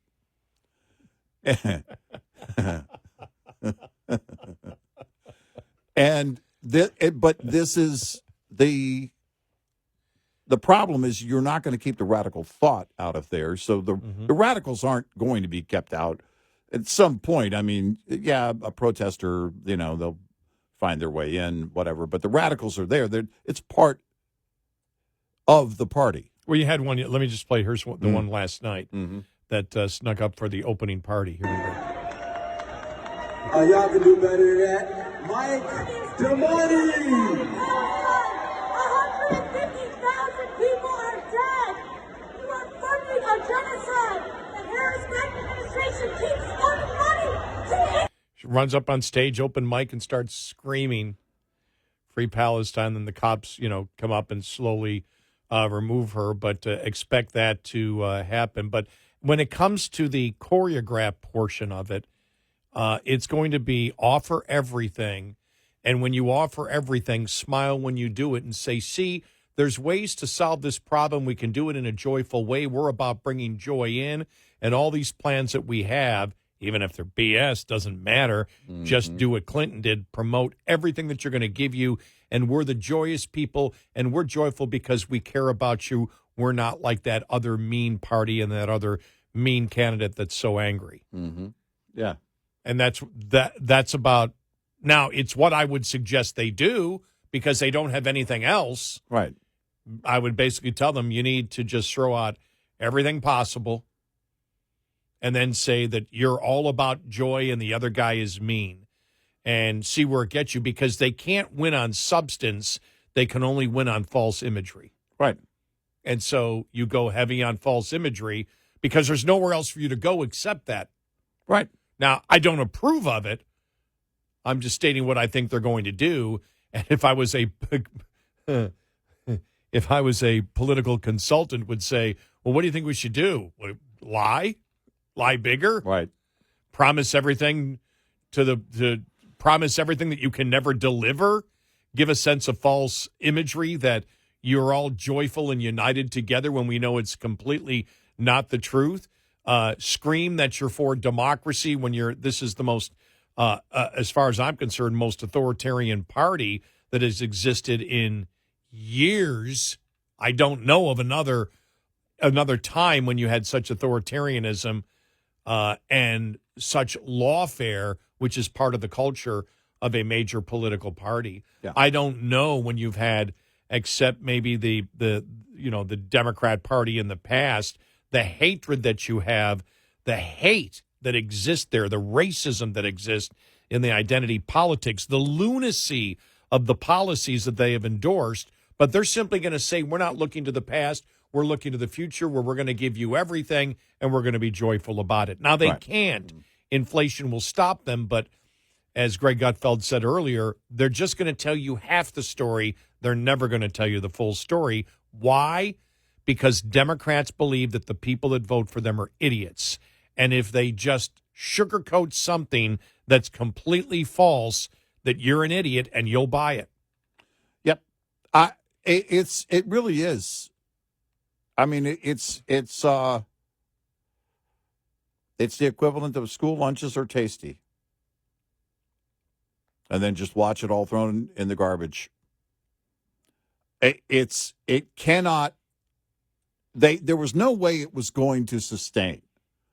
The question is, can they prop it up for this week? I mean, look, the Democratic National Committee can. I mean, they can. They've got lots of money. They're going to. They're going to put something up there. It's something.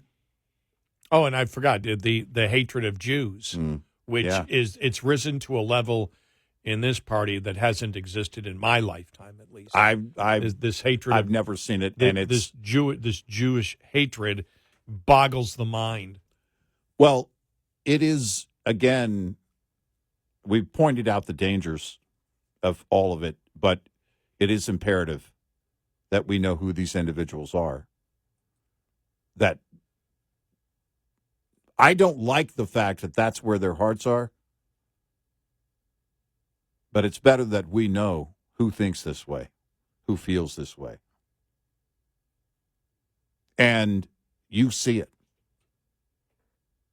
It's on clear. It might as well be on center stage at the DNC because it is part of the party. And the conundrum is, how do you pretend that you're not anti-Semitic? And as we have said, as I agree with Maureen Dowd, this is a party that is not united. They're trying to put on the front, right? But they're not united at all. And you and I know it because as we talked about a couple of weeks ago, especially after she was picked up, we noticed that the left, who's been completely quiet, is now back. Right. You know, they're especially on emails and things like Twitter, but they don't give any policy solutions. They never tell us where we're wrong specifically. It's just like you're a bunch of right-wing hate mongerers or whatever, which of course means they're not confident in their candidate. Right. Because as you said, because you and I were comparing notes going, oh, look at this. This is interesting. Because that actually it actually helps us. One of the things we've talked about is we know where the official party stands. We don't know what Democrat voters think. And so when we get that from Democrat voters, if they are specifically hitting a policy, it means they're thinking policy. Right. That we can beat you on the issues. Right. When they don't do that, it means they're very scared about their candidate. Yeah. When they're not defending the issues that their candidate stands for, we've done this long enough where it's a great benchmark for us to say, all right, even the voter is worried. The voter understands the weakness of Kamala Harris and Waltz. It really is, their greatest weakness is reality. Yeah, reality is, Their greatest weakness on the left is reality. But reality is the debt and the budget, and they just won't bring that up. The reality part will be left out. It has to be. Yeah, it has to be. It is their Achilles. Yeah. You can't approach it. Because really the only way to bring back spending power to the American people is to expand the economy. That's the growth of capitalism, not the punishment of it. The only way to fix the border is to secure it. And the American people believe that wholeheartedly. You need to secure the border before we start talking about legal immigration even. We don't want to even have a conversation anymore about legal immigration, and a number of people on the left agree with that. And so there is and with you add in the radicalism, the anti-Semitism, the pro-Hamas sentiment, and then going after kids when it comes to sexualized content in classrooms and giving them the right to mutilate themselves in surgery. Reality is too great to ignore, yet they'll do it all week long. There's no way to approach it. You can't tell the truth on the left because the truth defeats the entire left and their agenda. Because reality defeats it. And that's why, again, and like I said, the other thing this weekend was the number of Trump supporters that I know who these people, just furious at Trump for not being able to focus. Right. And my point was, well, at the end of the day, it wasn't a story. Right. And when Trump messes up, it becomes the story at the end of the day. But you have a tremendous number, more than I've ever felt, of Trump supporters saying, my God, he's going to lose it for himself. Why can't he get it together? And they agree with us that the campaign commercials are excellent, that Vance is excellent out there promoting it. Like I said, the only thing I would say is, because we've been on this for the longest time, is if it doesn't make news at the end of the day, if Trump isn't on the defensive by the end of the day, it's okay. Right. Political rhetoric is used. It's when it can be used against you and you can't defend it or you decide to argue. Remember, where Trump got in the biggest trouble was attempting to argue like a liberal. Right. Engaging in that liberal Engaging in rabbit liberal hole. identity politics. Yep. You don't do that. That's where you'll become the story at the end of the day. Campaign speeches are going to have rhetoric.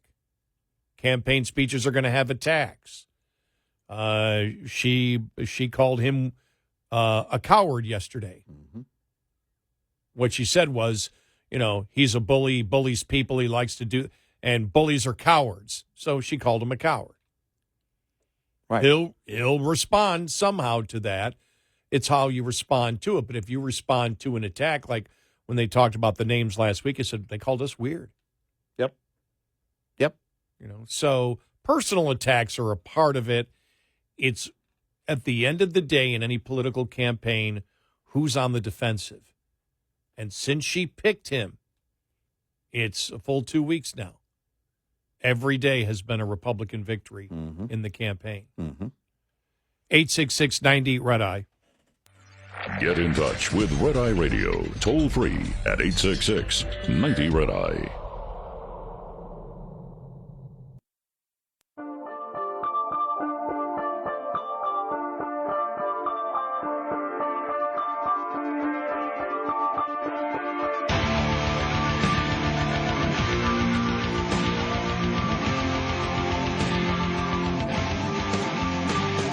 It's Red Eye Radio. He is Eric Harley, and I'm Gary McNamara. 29 days that Harris has not held a press conference, so almost a full month. That's unheard. I mean, that's absolutely unheard of when you think. Yeah, about it. That's especially somebody who has come in. Well, but we do know that August 31st at midnight she'll be doing a sit-down interview. Any word on that being scheduled? Anything? No, we're only to the 19th, though. Yeah, all right. She said by the end of the month. Well, but her spokesperson last week said she would be doing it by the end of the month. He didn't say scheduling. Doing an interview by the end of the month. Well, that wasn't her. That wasn't her because she hasn't spoken. That's plausible I didn't deniability. say anything like that. Right. Well, technically, you didn't say anything. Yeah, but I didn't say anything like that. Well, I guess you're right there. You didn't.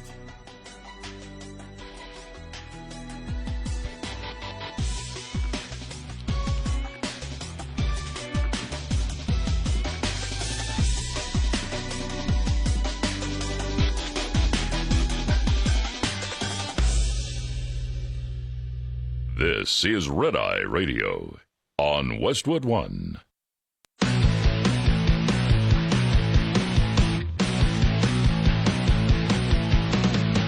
Now, it's Red Eye Radio. Gary McNamara and Eric Harley talk about everything from politics to social issues and news of the day. Whether you're up late or you're just starting your day, welcome to the show. From the Uniden America Studios, this is Red Eye Radio. All across the USA and around the planet, we are Red Eye Radio. He is Eric Harley, and I'm Gary McNamara. Hello. Hey. I saw this on Friday, and you were talking about, during the break, about the New York Post article on late-night talk shows. Won't be there. Right. What- Jimmy what- Kimmel's prediction. What was the time span? He said in 10 years there won't be network TV late-night talk shows. According to, that's a quote from Jimmy Kimmel that's in a piece written by Johnny Oleksensky at New York Post. When did that come out? It was over the weekend. Yeah, it was Saturday.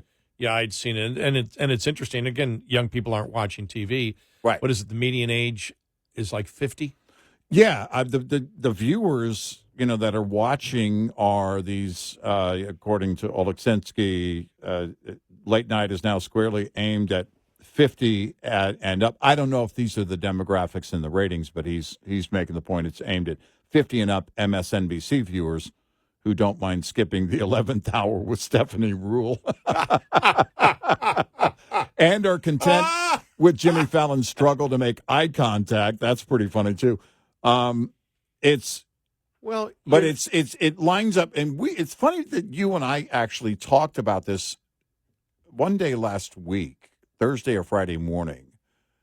Because we were talking about Colbert. Remember the whole thing where they laughed at Colbert for trying to make the serious point that CNN isn't biased and that they they have integrity and that whole thing.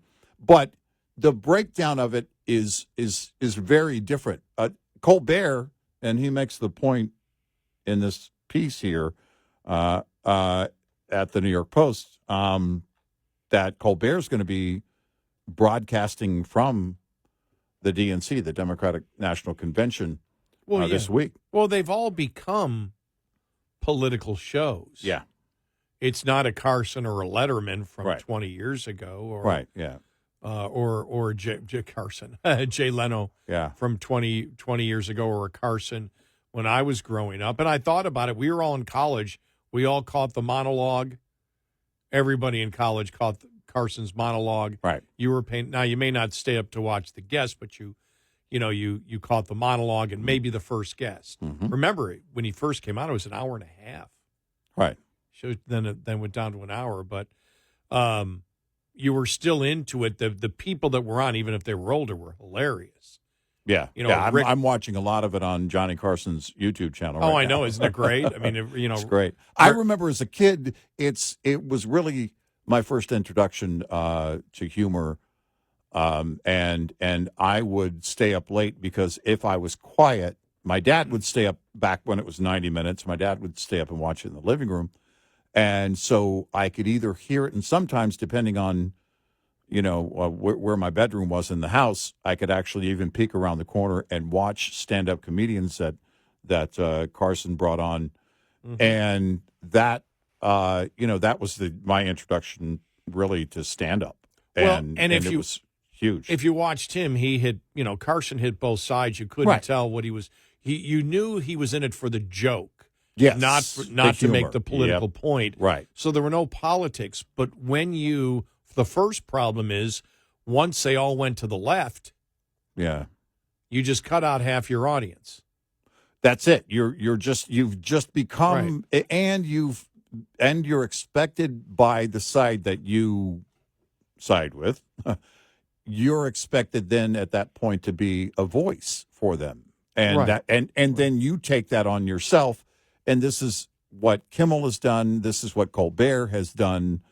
And it was really no surprise with Colbert following in the footsteps of the later years of Letterman, because Letterman didn't go as far as Colbert, but he certainly was bitter and was clearly on the left at that point. And humor was no longer number one on his list. Fallon is more of the silly kind of thing, and I don't know how long that can last.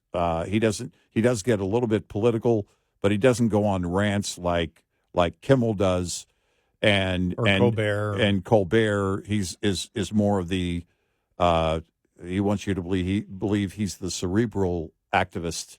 He's the thinking man's liberal. It's okay, and I'm talking about programming wise. Yeah. It's okay if you said, okay, we're going to go more left, understanding that you're going to lose half your audience.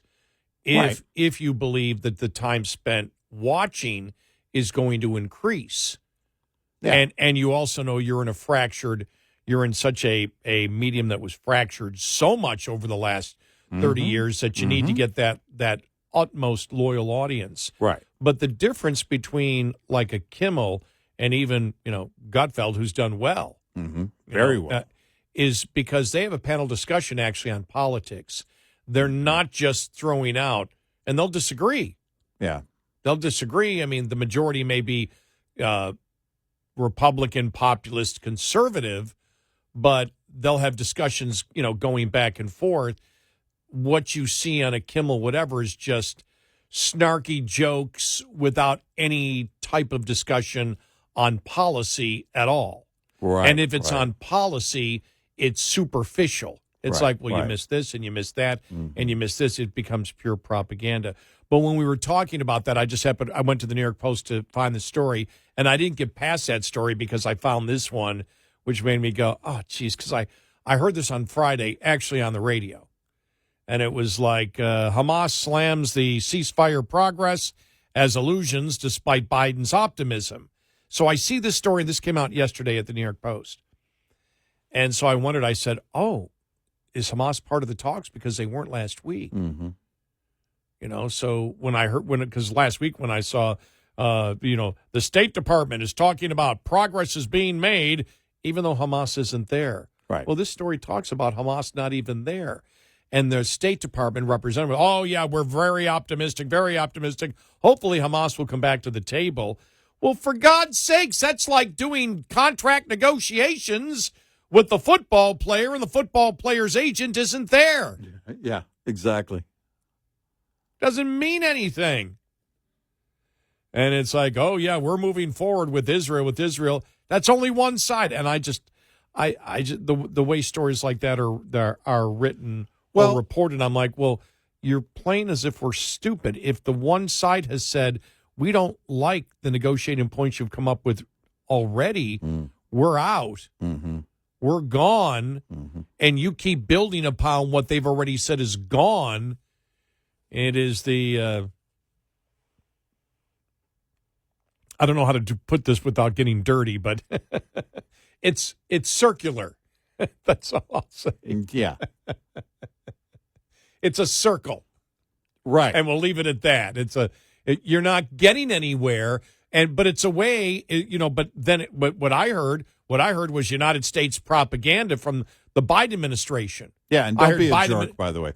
Yes. I heard Biden administration propaganda, which is like, oh, we're making great but the enemy isn't there. The enemy isn't part of the talk. But you can't be gaining progress. The media's been writing this way since October 7th. Oh, we're gaining progress with ourselves, Gary. That's where you're wrong. Right. We're progressing with ourselves, which is meaningless. Well, Biden, I'm waiting for him to come out with a 3-state solution. Not just 2, like those young punks. I mean, that's where, and I had to save it. It was last week, so weekend before this last one, when there was on the CNN app, this push notification. And it was according to local officials in Gaza. Well, who would that be? Hamas. That would be Hamas. Local officials. But they give it's as if it's all legitimate. Make it real by writing it that way. Yeah. I don't know. Honestly, I don't know. Well, it's, here's the thing. It's harder to write for the Babylon, much harder for the Babylon Bee than to write in this way for liberal news outlets. Well, New York Post isn't, but well, right, they're not. But the CNN, I was referring to the CNNs and all of those who have basically been giving all of this propaganda from Hamas, right? All the credibility. All you're doing is taking the talking points and printing them.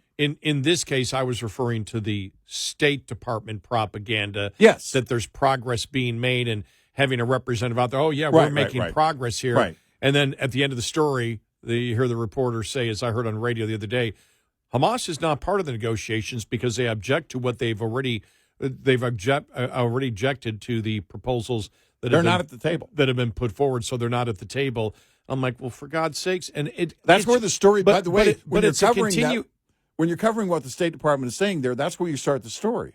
That's where of course, it's where the story starts. State Department says that's who's saying we're progressing here. Right. The U.S. is saying we're progressing on it, and you're not. But it's the same thing. Everything with the Democrats, everything is either an obvious lie and gaslighting, or hopeful imagery not based in reality. Everything is. Right. Every stinking thing that they propose is, and it's just, it's the imagery over the weekend with the $25,000 for the home. Who's going to pay for all this? You're talking about trillion. And then they ask her, well, the return on the investment. What do you mean the return on investment? Well, if people buy home, there's more property taxes. We're talking about the federal government. How does this help the federal government? If you want to help the housing industry, I'll tell you how to do it. Get rid of Fannie and Freddie and let it go organic. Federal government stay out of it. People will buy. I've already seen it. Developments. I saw a development, a couple of them in Texas. People building much smaller homes. Right. And not tiny homes. Not tiny homes that can be moved. Right. These are homes with foundations that are what we grew up in. Right. There's a reason that, when you look at it, the average home today isn't what the average home was when my parents bought it in the 1950s, was about 900 square feet. Yeah. That's what they were. Mm-hmm. But if you take government out of it and you make it strictly organic, people will still be able to buy new homes. They'll be smaller homes. Yep. My parents' first house that they bought in San Antonio, 1,016 square feet. Yep. Get the government out of subsidizing homes. Get the government out of subsidizing cars. Yep. Electric vehicles. Right. That's what solves the problem, because then people will buy what a concept. People will buy what they can afford, and the market will adjust to what they can afford. It's a pretty simple equation. Yeah. Hard. Get the government out of it, get the government money out of it, and also lower the regulations, the standards for automobiles. The reason that gasoline-powered engines or cars are more expensive is because they have to make a profit based on all of the standards for those and for the losses they have to make up on the EV side. It's been going on for years, and people wonder. And by the way, that's also why your car insurance is going up, because it's a lot more expensive to repair them. This is all a choice, every bit of it. 866-90-RED-EYE. Brought to you by Hot Shot Secret. Hi, I'm Jen Loomis, a transport safety expert at J.J. Keller, and I'm here to share a tip on speed and space management. In order to manage speed, you need to understand the 4 factors involved in stopping a vehicle. Perception distance is the distance a vehicle travels from the time you see a hazard until your brain recognizes it. The perception time for an alert driver is approximately 3/4 of a second. Reaction distance is the distance a vehicle travels from the time your brain tells your foot to move from the accelerator until your foot hits the brake pedal. The average driver has a reaction time of 3/4 of a second. Brake lag distance also needs to be taken into account. When operating a vehicle with air brakes, it takes about half a second for the mechanical operation to take place. Finally, braking distance is the distance it takes a vehicle to stop once the brakes are applied. Braking distance is affected by the weight, length, and speed of the vehicle, as well as road condition. This tip was brought to you by J.J. Keller and Associates. Visit us at jjkeller.com. We'll be right back with more Red Eye Radio with Eric Harley and Gary McNamara.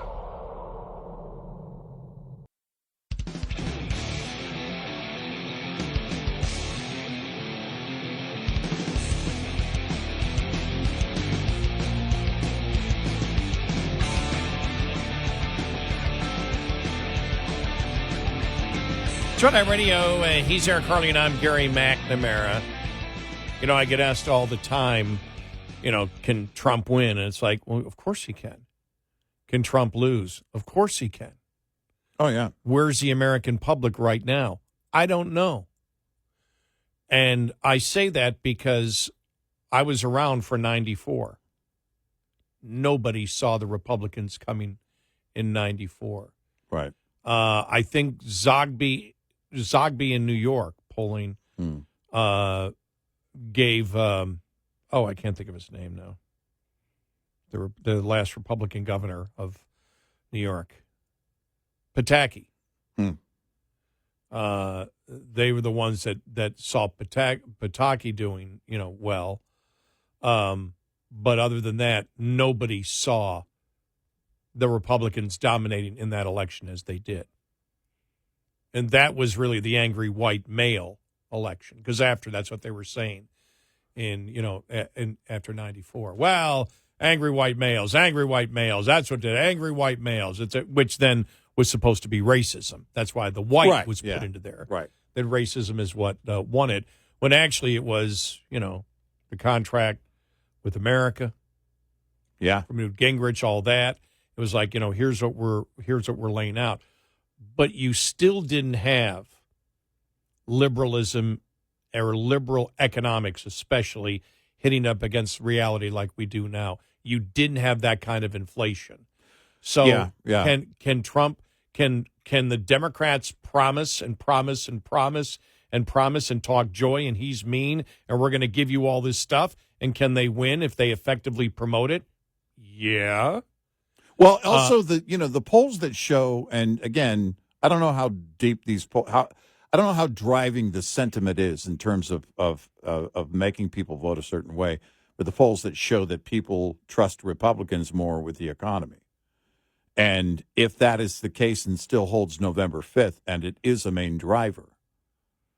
Oh, the CBS poll was huge yesterday, even though it had her up. He was winning on the economy, right, and the border and everything else. He was, right, but all the issues that matter. Yet I believe they had her winning with the popular vote. So do I believe that? Not necessarily, no, because people have suffered. People have suffered a lot. But I don't know. My biggest thing, I want the Republicans need to run an effective campaign, and Trump needs to focus, and they can win based on the fact that all the economic factors, all the major issue factors, or all the major issues, they win in most polls by a landslide. I don't believe any poll that says she's winning on the economy. Right. I don't. Right. It doesn't. I don't buy those at all. But I don't know. My biggest thing is it is in every election, I don't necessarily know where the American public is. I do know that since neither of the parties or the campaigns are even talking about debt or the fact of the millions of trillions of dollars in interest on the debt, because it's supposed to be $1.2 trillion, they think the interest on the debt, since that seems to be no concern of the campaigns, it's probably no concern, even though the public says it is. It isn't really a concern to them. Right. Nobody's going to vote to cut spending. Right. When it gets down to the wire. Right. Right. That will get you elected. Right. There will be some people that will vote against spending.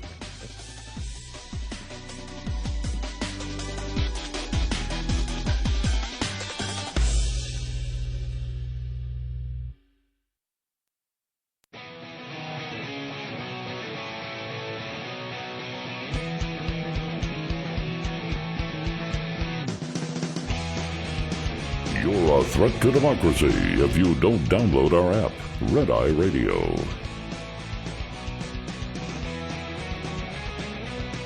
It's Red Eye Radio. He is Eric Harley, and I'm Gary McNamara. Welcome. All right, let's talk coffee. Let's talk coffee, everybody.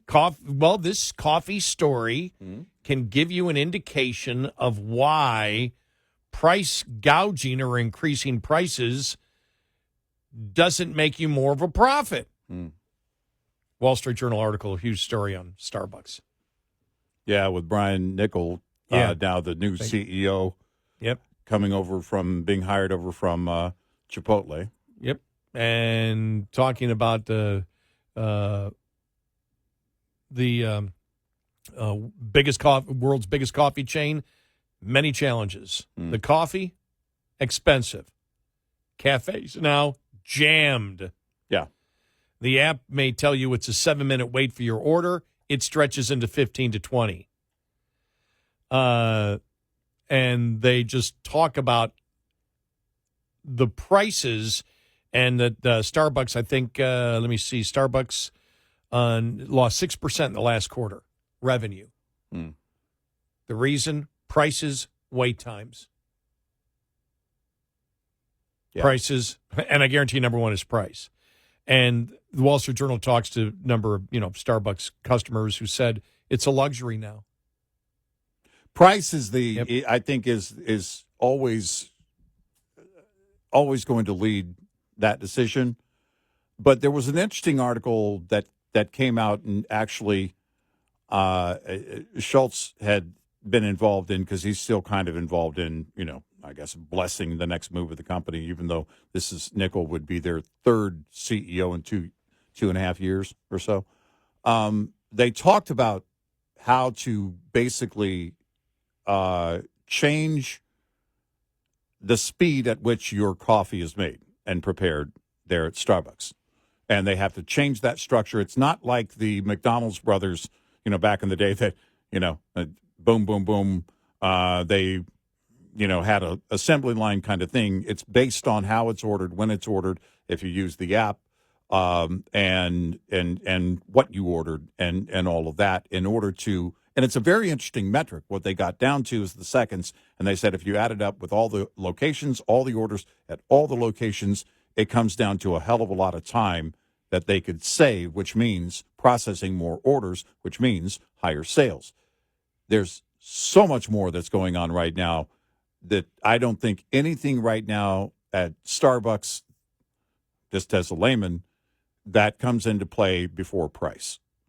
And that's really what you see. They've had an uptick in people or an uptick talk, if you will, people on social media just posting going, you know what? I can't afford $5 a day for my coffee. I'll get one on the weekend. And once we said this before, after October 7th, and they had a pro-Hamas employee of Starbucks, a union employee that was protesting there, and the union was pro-Hamas and anti-Israel, and there was a back and forth, and Starbucks sued them for using a logo that looked too much like the Starbucks logo because the union doesn't own that property. And all of these things, what it sent into the mind of the consumer was, I don't want to show up to a protest. I just want my coffee. And when people start changing their routine, especially their morning routine, for any reason, whether it's the price, whether it's because they want to avoid a confrontation or some kind of situation regarding a protest, or it takes too much time, whatever it is, once that routine is changed, it's hard to get them back. And I think on the big picture, that's what they're seeing. People have changed that routine, and I believe price is leading that. I think people look at the value of it and go, okay, I'll go back to a Keurig, or I'll go back to, you know what, I'll go to McDonald's where it's much cheaper, or whatever. I'll make it at home. I'll get it at the office where they provide it for free, whatever it is. But they change their routine and save, $5 a day, $25 a week. That's $100 a month. Well, for their employees, remember, health care coverage, covering the cost of online degrees, free therapy sessions, all that goes into labor costs, which are increased prices. Right. They talk, though, like when the company, for a period, urged baristas to engage customers on the topic of race. By the way, is that the dumbest thing ever done, ever, by a company? Could you have done anything more stupid? By the way, we're going to be paying you, you're going to be a part-time barista. We want you to discuss race with people who come in. You would have done better if you would have told the baristas to tell their customers, hey, those pants make your butt look fat. That would have been much more well received than let's talk race. We want baristas to help you be healthier and choose healthier products here. And so they'll be judging how fat you are when you come to the counter. You want that lemon pound cake? And they will have suggestions for you. By the way, it's so addictive, that lemon pound cake thing that they sell. Oh, no. No, they're looking you up and down. No, we don't think so. No. They would have been better off doing that. The feta egg white wrap, that's what you're getting. You're not getting the lemon thing, and we all know why. No, it's, think about that. Listen, we need you to make coffee and be a talk show host. But not just a talk show host, one that's right there in their face, like in person and within reach. Yeah. How about no? How about what are you? Let's talk race. Hi, I'm a teenage barista, and I just got hired here, and I'm white, and I'm the superior race. Let's talk race. Right. Also, did you vet that employee close enough? Right. I mean, seriously. You need to be more specific on what the conversation's going to be on race and who you're hiring. You better vet them. Oh, my gosh. And by the way, everyone from now on will wear a MAGA hat. Or it could be reversed. Look at this white person coming there. Do you know your privilege? You need to buy me a coffee. Yeah, exactly. Seriously, put them in MAGA hats. We know you don't support Trump, but we just want to start something right there. right at the counter. We want to start some stuff right there. Political discussion here. Yeah. Oh, my I mean, it was seriously, but that goes back to the Schultz days, and it's like, well, you can't, you don't understand this, you don't understand what your identity is as a business, what you are. You don't know what you are. One of the things you have to know is what you are in business, but especially that kind of retail. You've got to know what you are. And trying to change that with these weird ideas, bizarre ideas. Can you imagine that at Walmart? Hey, listen, we want you to get in their face. When they come up to the self-checkout, cut them off and go, Didn't they have the you're gun? Not smart enough to use They that. had the gun thing too, right? That was one of the first things that came about, and we were like, what are you doing? Well, and so immediately, for years, the imagery has been they're a liberal company. Mm-hmm. Which made it, which we had said all the time. It's like the Democratic Party is realizing it right now. Reason that you didn't have a lot of pro-terrorists protesting the Republican convention is because Republicans went, no, you're a bunch of damn racists. Get out of here. You have no chance in this party.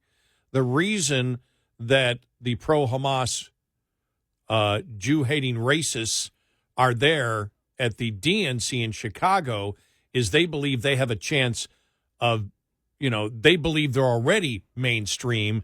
They just want to push. The imagery is to push them right over the top. There is no pro-Israel anything. There is no standing behind Israel at all. Right. You can't sit there. You cannot play this game that, we're half for Israel and half for Hamas.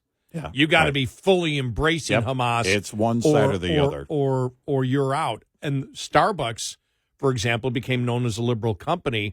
So when they came out and it was known that, no, you have to agree to unionize. What do you mean you're fighting unionization? Right. You've got liberals in there and you're fighting unionization. You've just thrown all this crap at us that, hey, we're liberal. Unions, get the hell out. Well, and, it was only one or two union members that posted on social media about being pro-Hamas, but it doesn't matter. I wasn't. I know. Yeah, there were two different topics. Right. But I'm adding to that because I mentioned this earlier. I wanted to be clear on this but it doesn't matter when they take that on. when someone decides they're going to be the spokesperson for the union and they're going to come out and we support Hamas or whatever else. This is the problem you have in getting into bed with that mentality. Not just unions. It's the fact that they said, "Hey, this is what we're doing," and then you saw the video of the one person, the pro-Hamas individual, that's standing in the lobby at a location. That right there, the imagery of that right there, it doesn't matter if it's one location, if it was one or two people, it doesn't matter. The imagery was, oh, man, I might have to run into that at my location, and I really don't. I just want to get my coffee and go. And you can't fix that once they've changed their routine. I just wanted to be clear.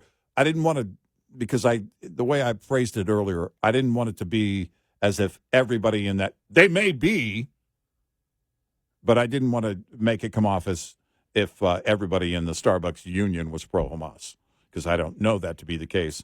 It did come down to a handful of individuals, but it didn't matter. The imagery was already out there.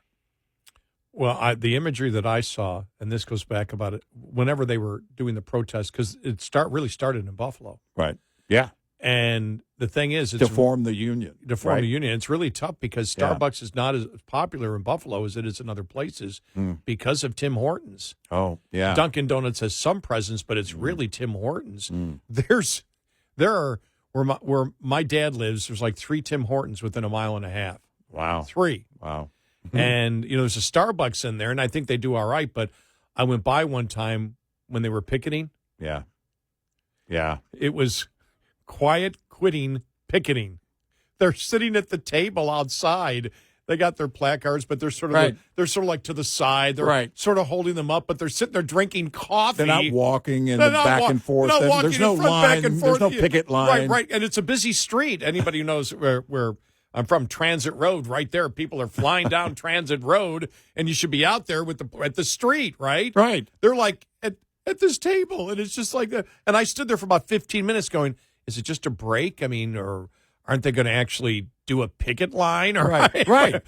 What's going on here? Right. I'm like, oh my gosh, they're quiet quitting picketing. Exactly. They're all on their phones, barely holding the sign up. The sign's leaning against the table. The signs were leaning against the table. That's exactly what was going on. And I can picture it in my mind. I'm roaring, laughing, going, gosh. Oh, my gosh, this is not the way. I've been on a picket line, right? So I know, know what a legitimate picket line is. And I'm like, wow. Yeah. This must be new age picketing. Right. Like, can we protest? Can we get in the picket line on Facebook or something? Can we protest another way?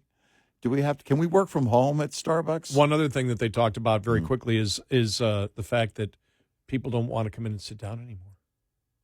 No, that's another thing that they talked about early this year. They said, we want to change, remodel all of the lobbies and everything. I said, I don't think that's the problem.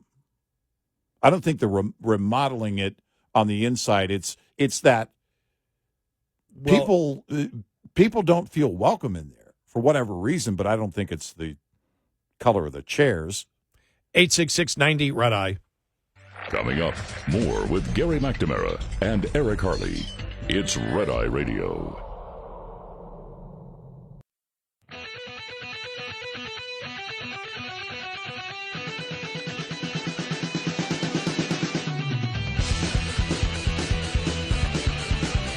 It's Red Eye Radio. He's Eric Harley, and I'm Gary McNamara. Just to clarify, when you're talking about Starbucks, you're talking about Howard Schultz said we need to come in and remodel it and make it.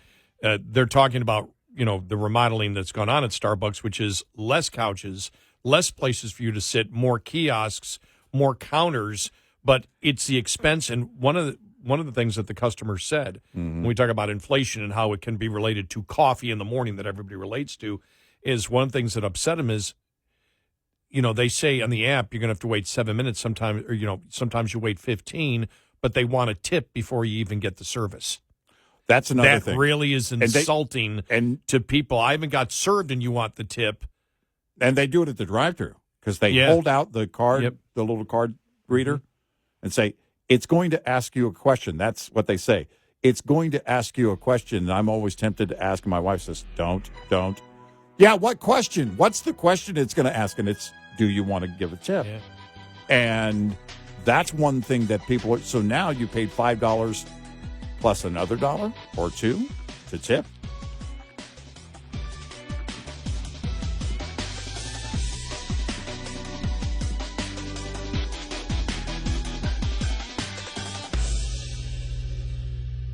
This is Red Eye Radio on Westwood One.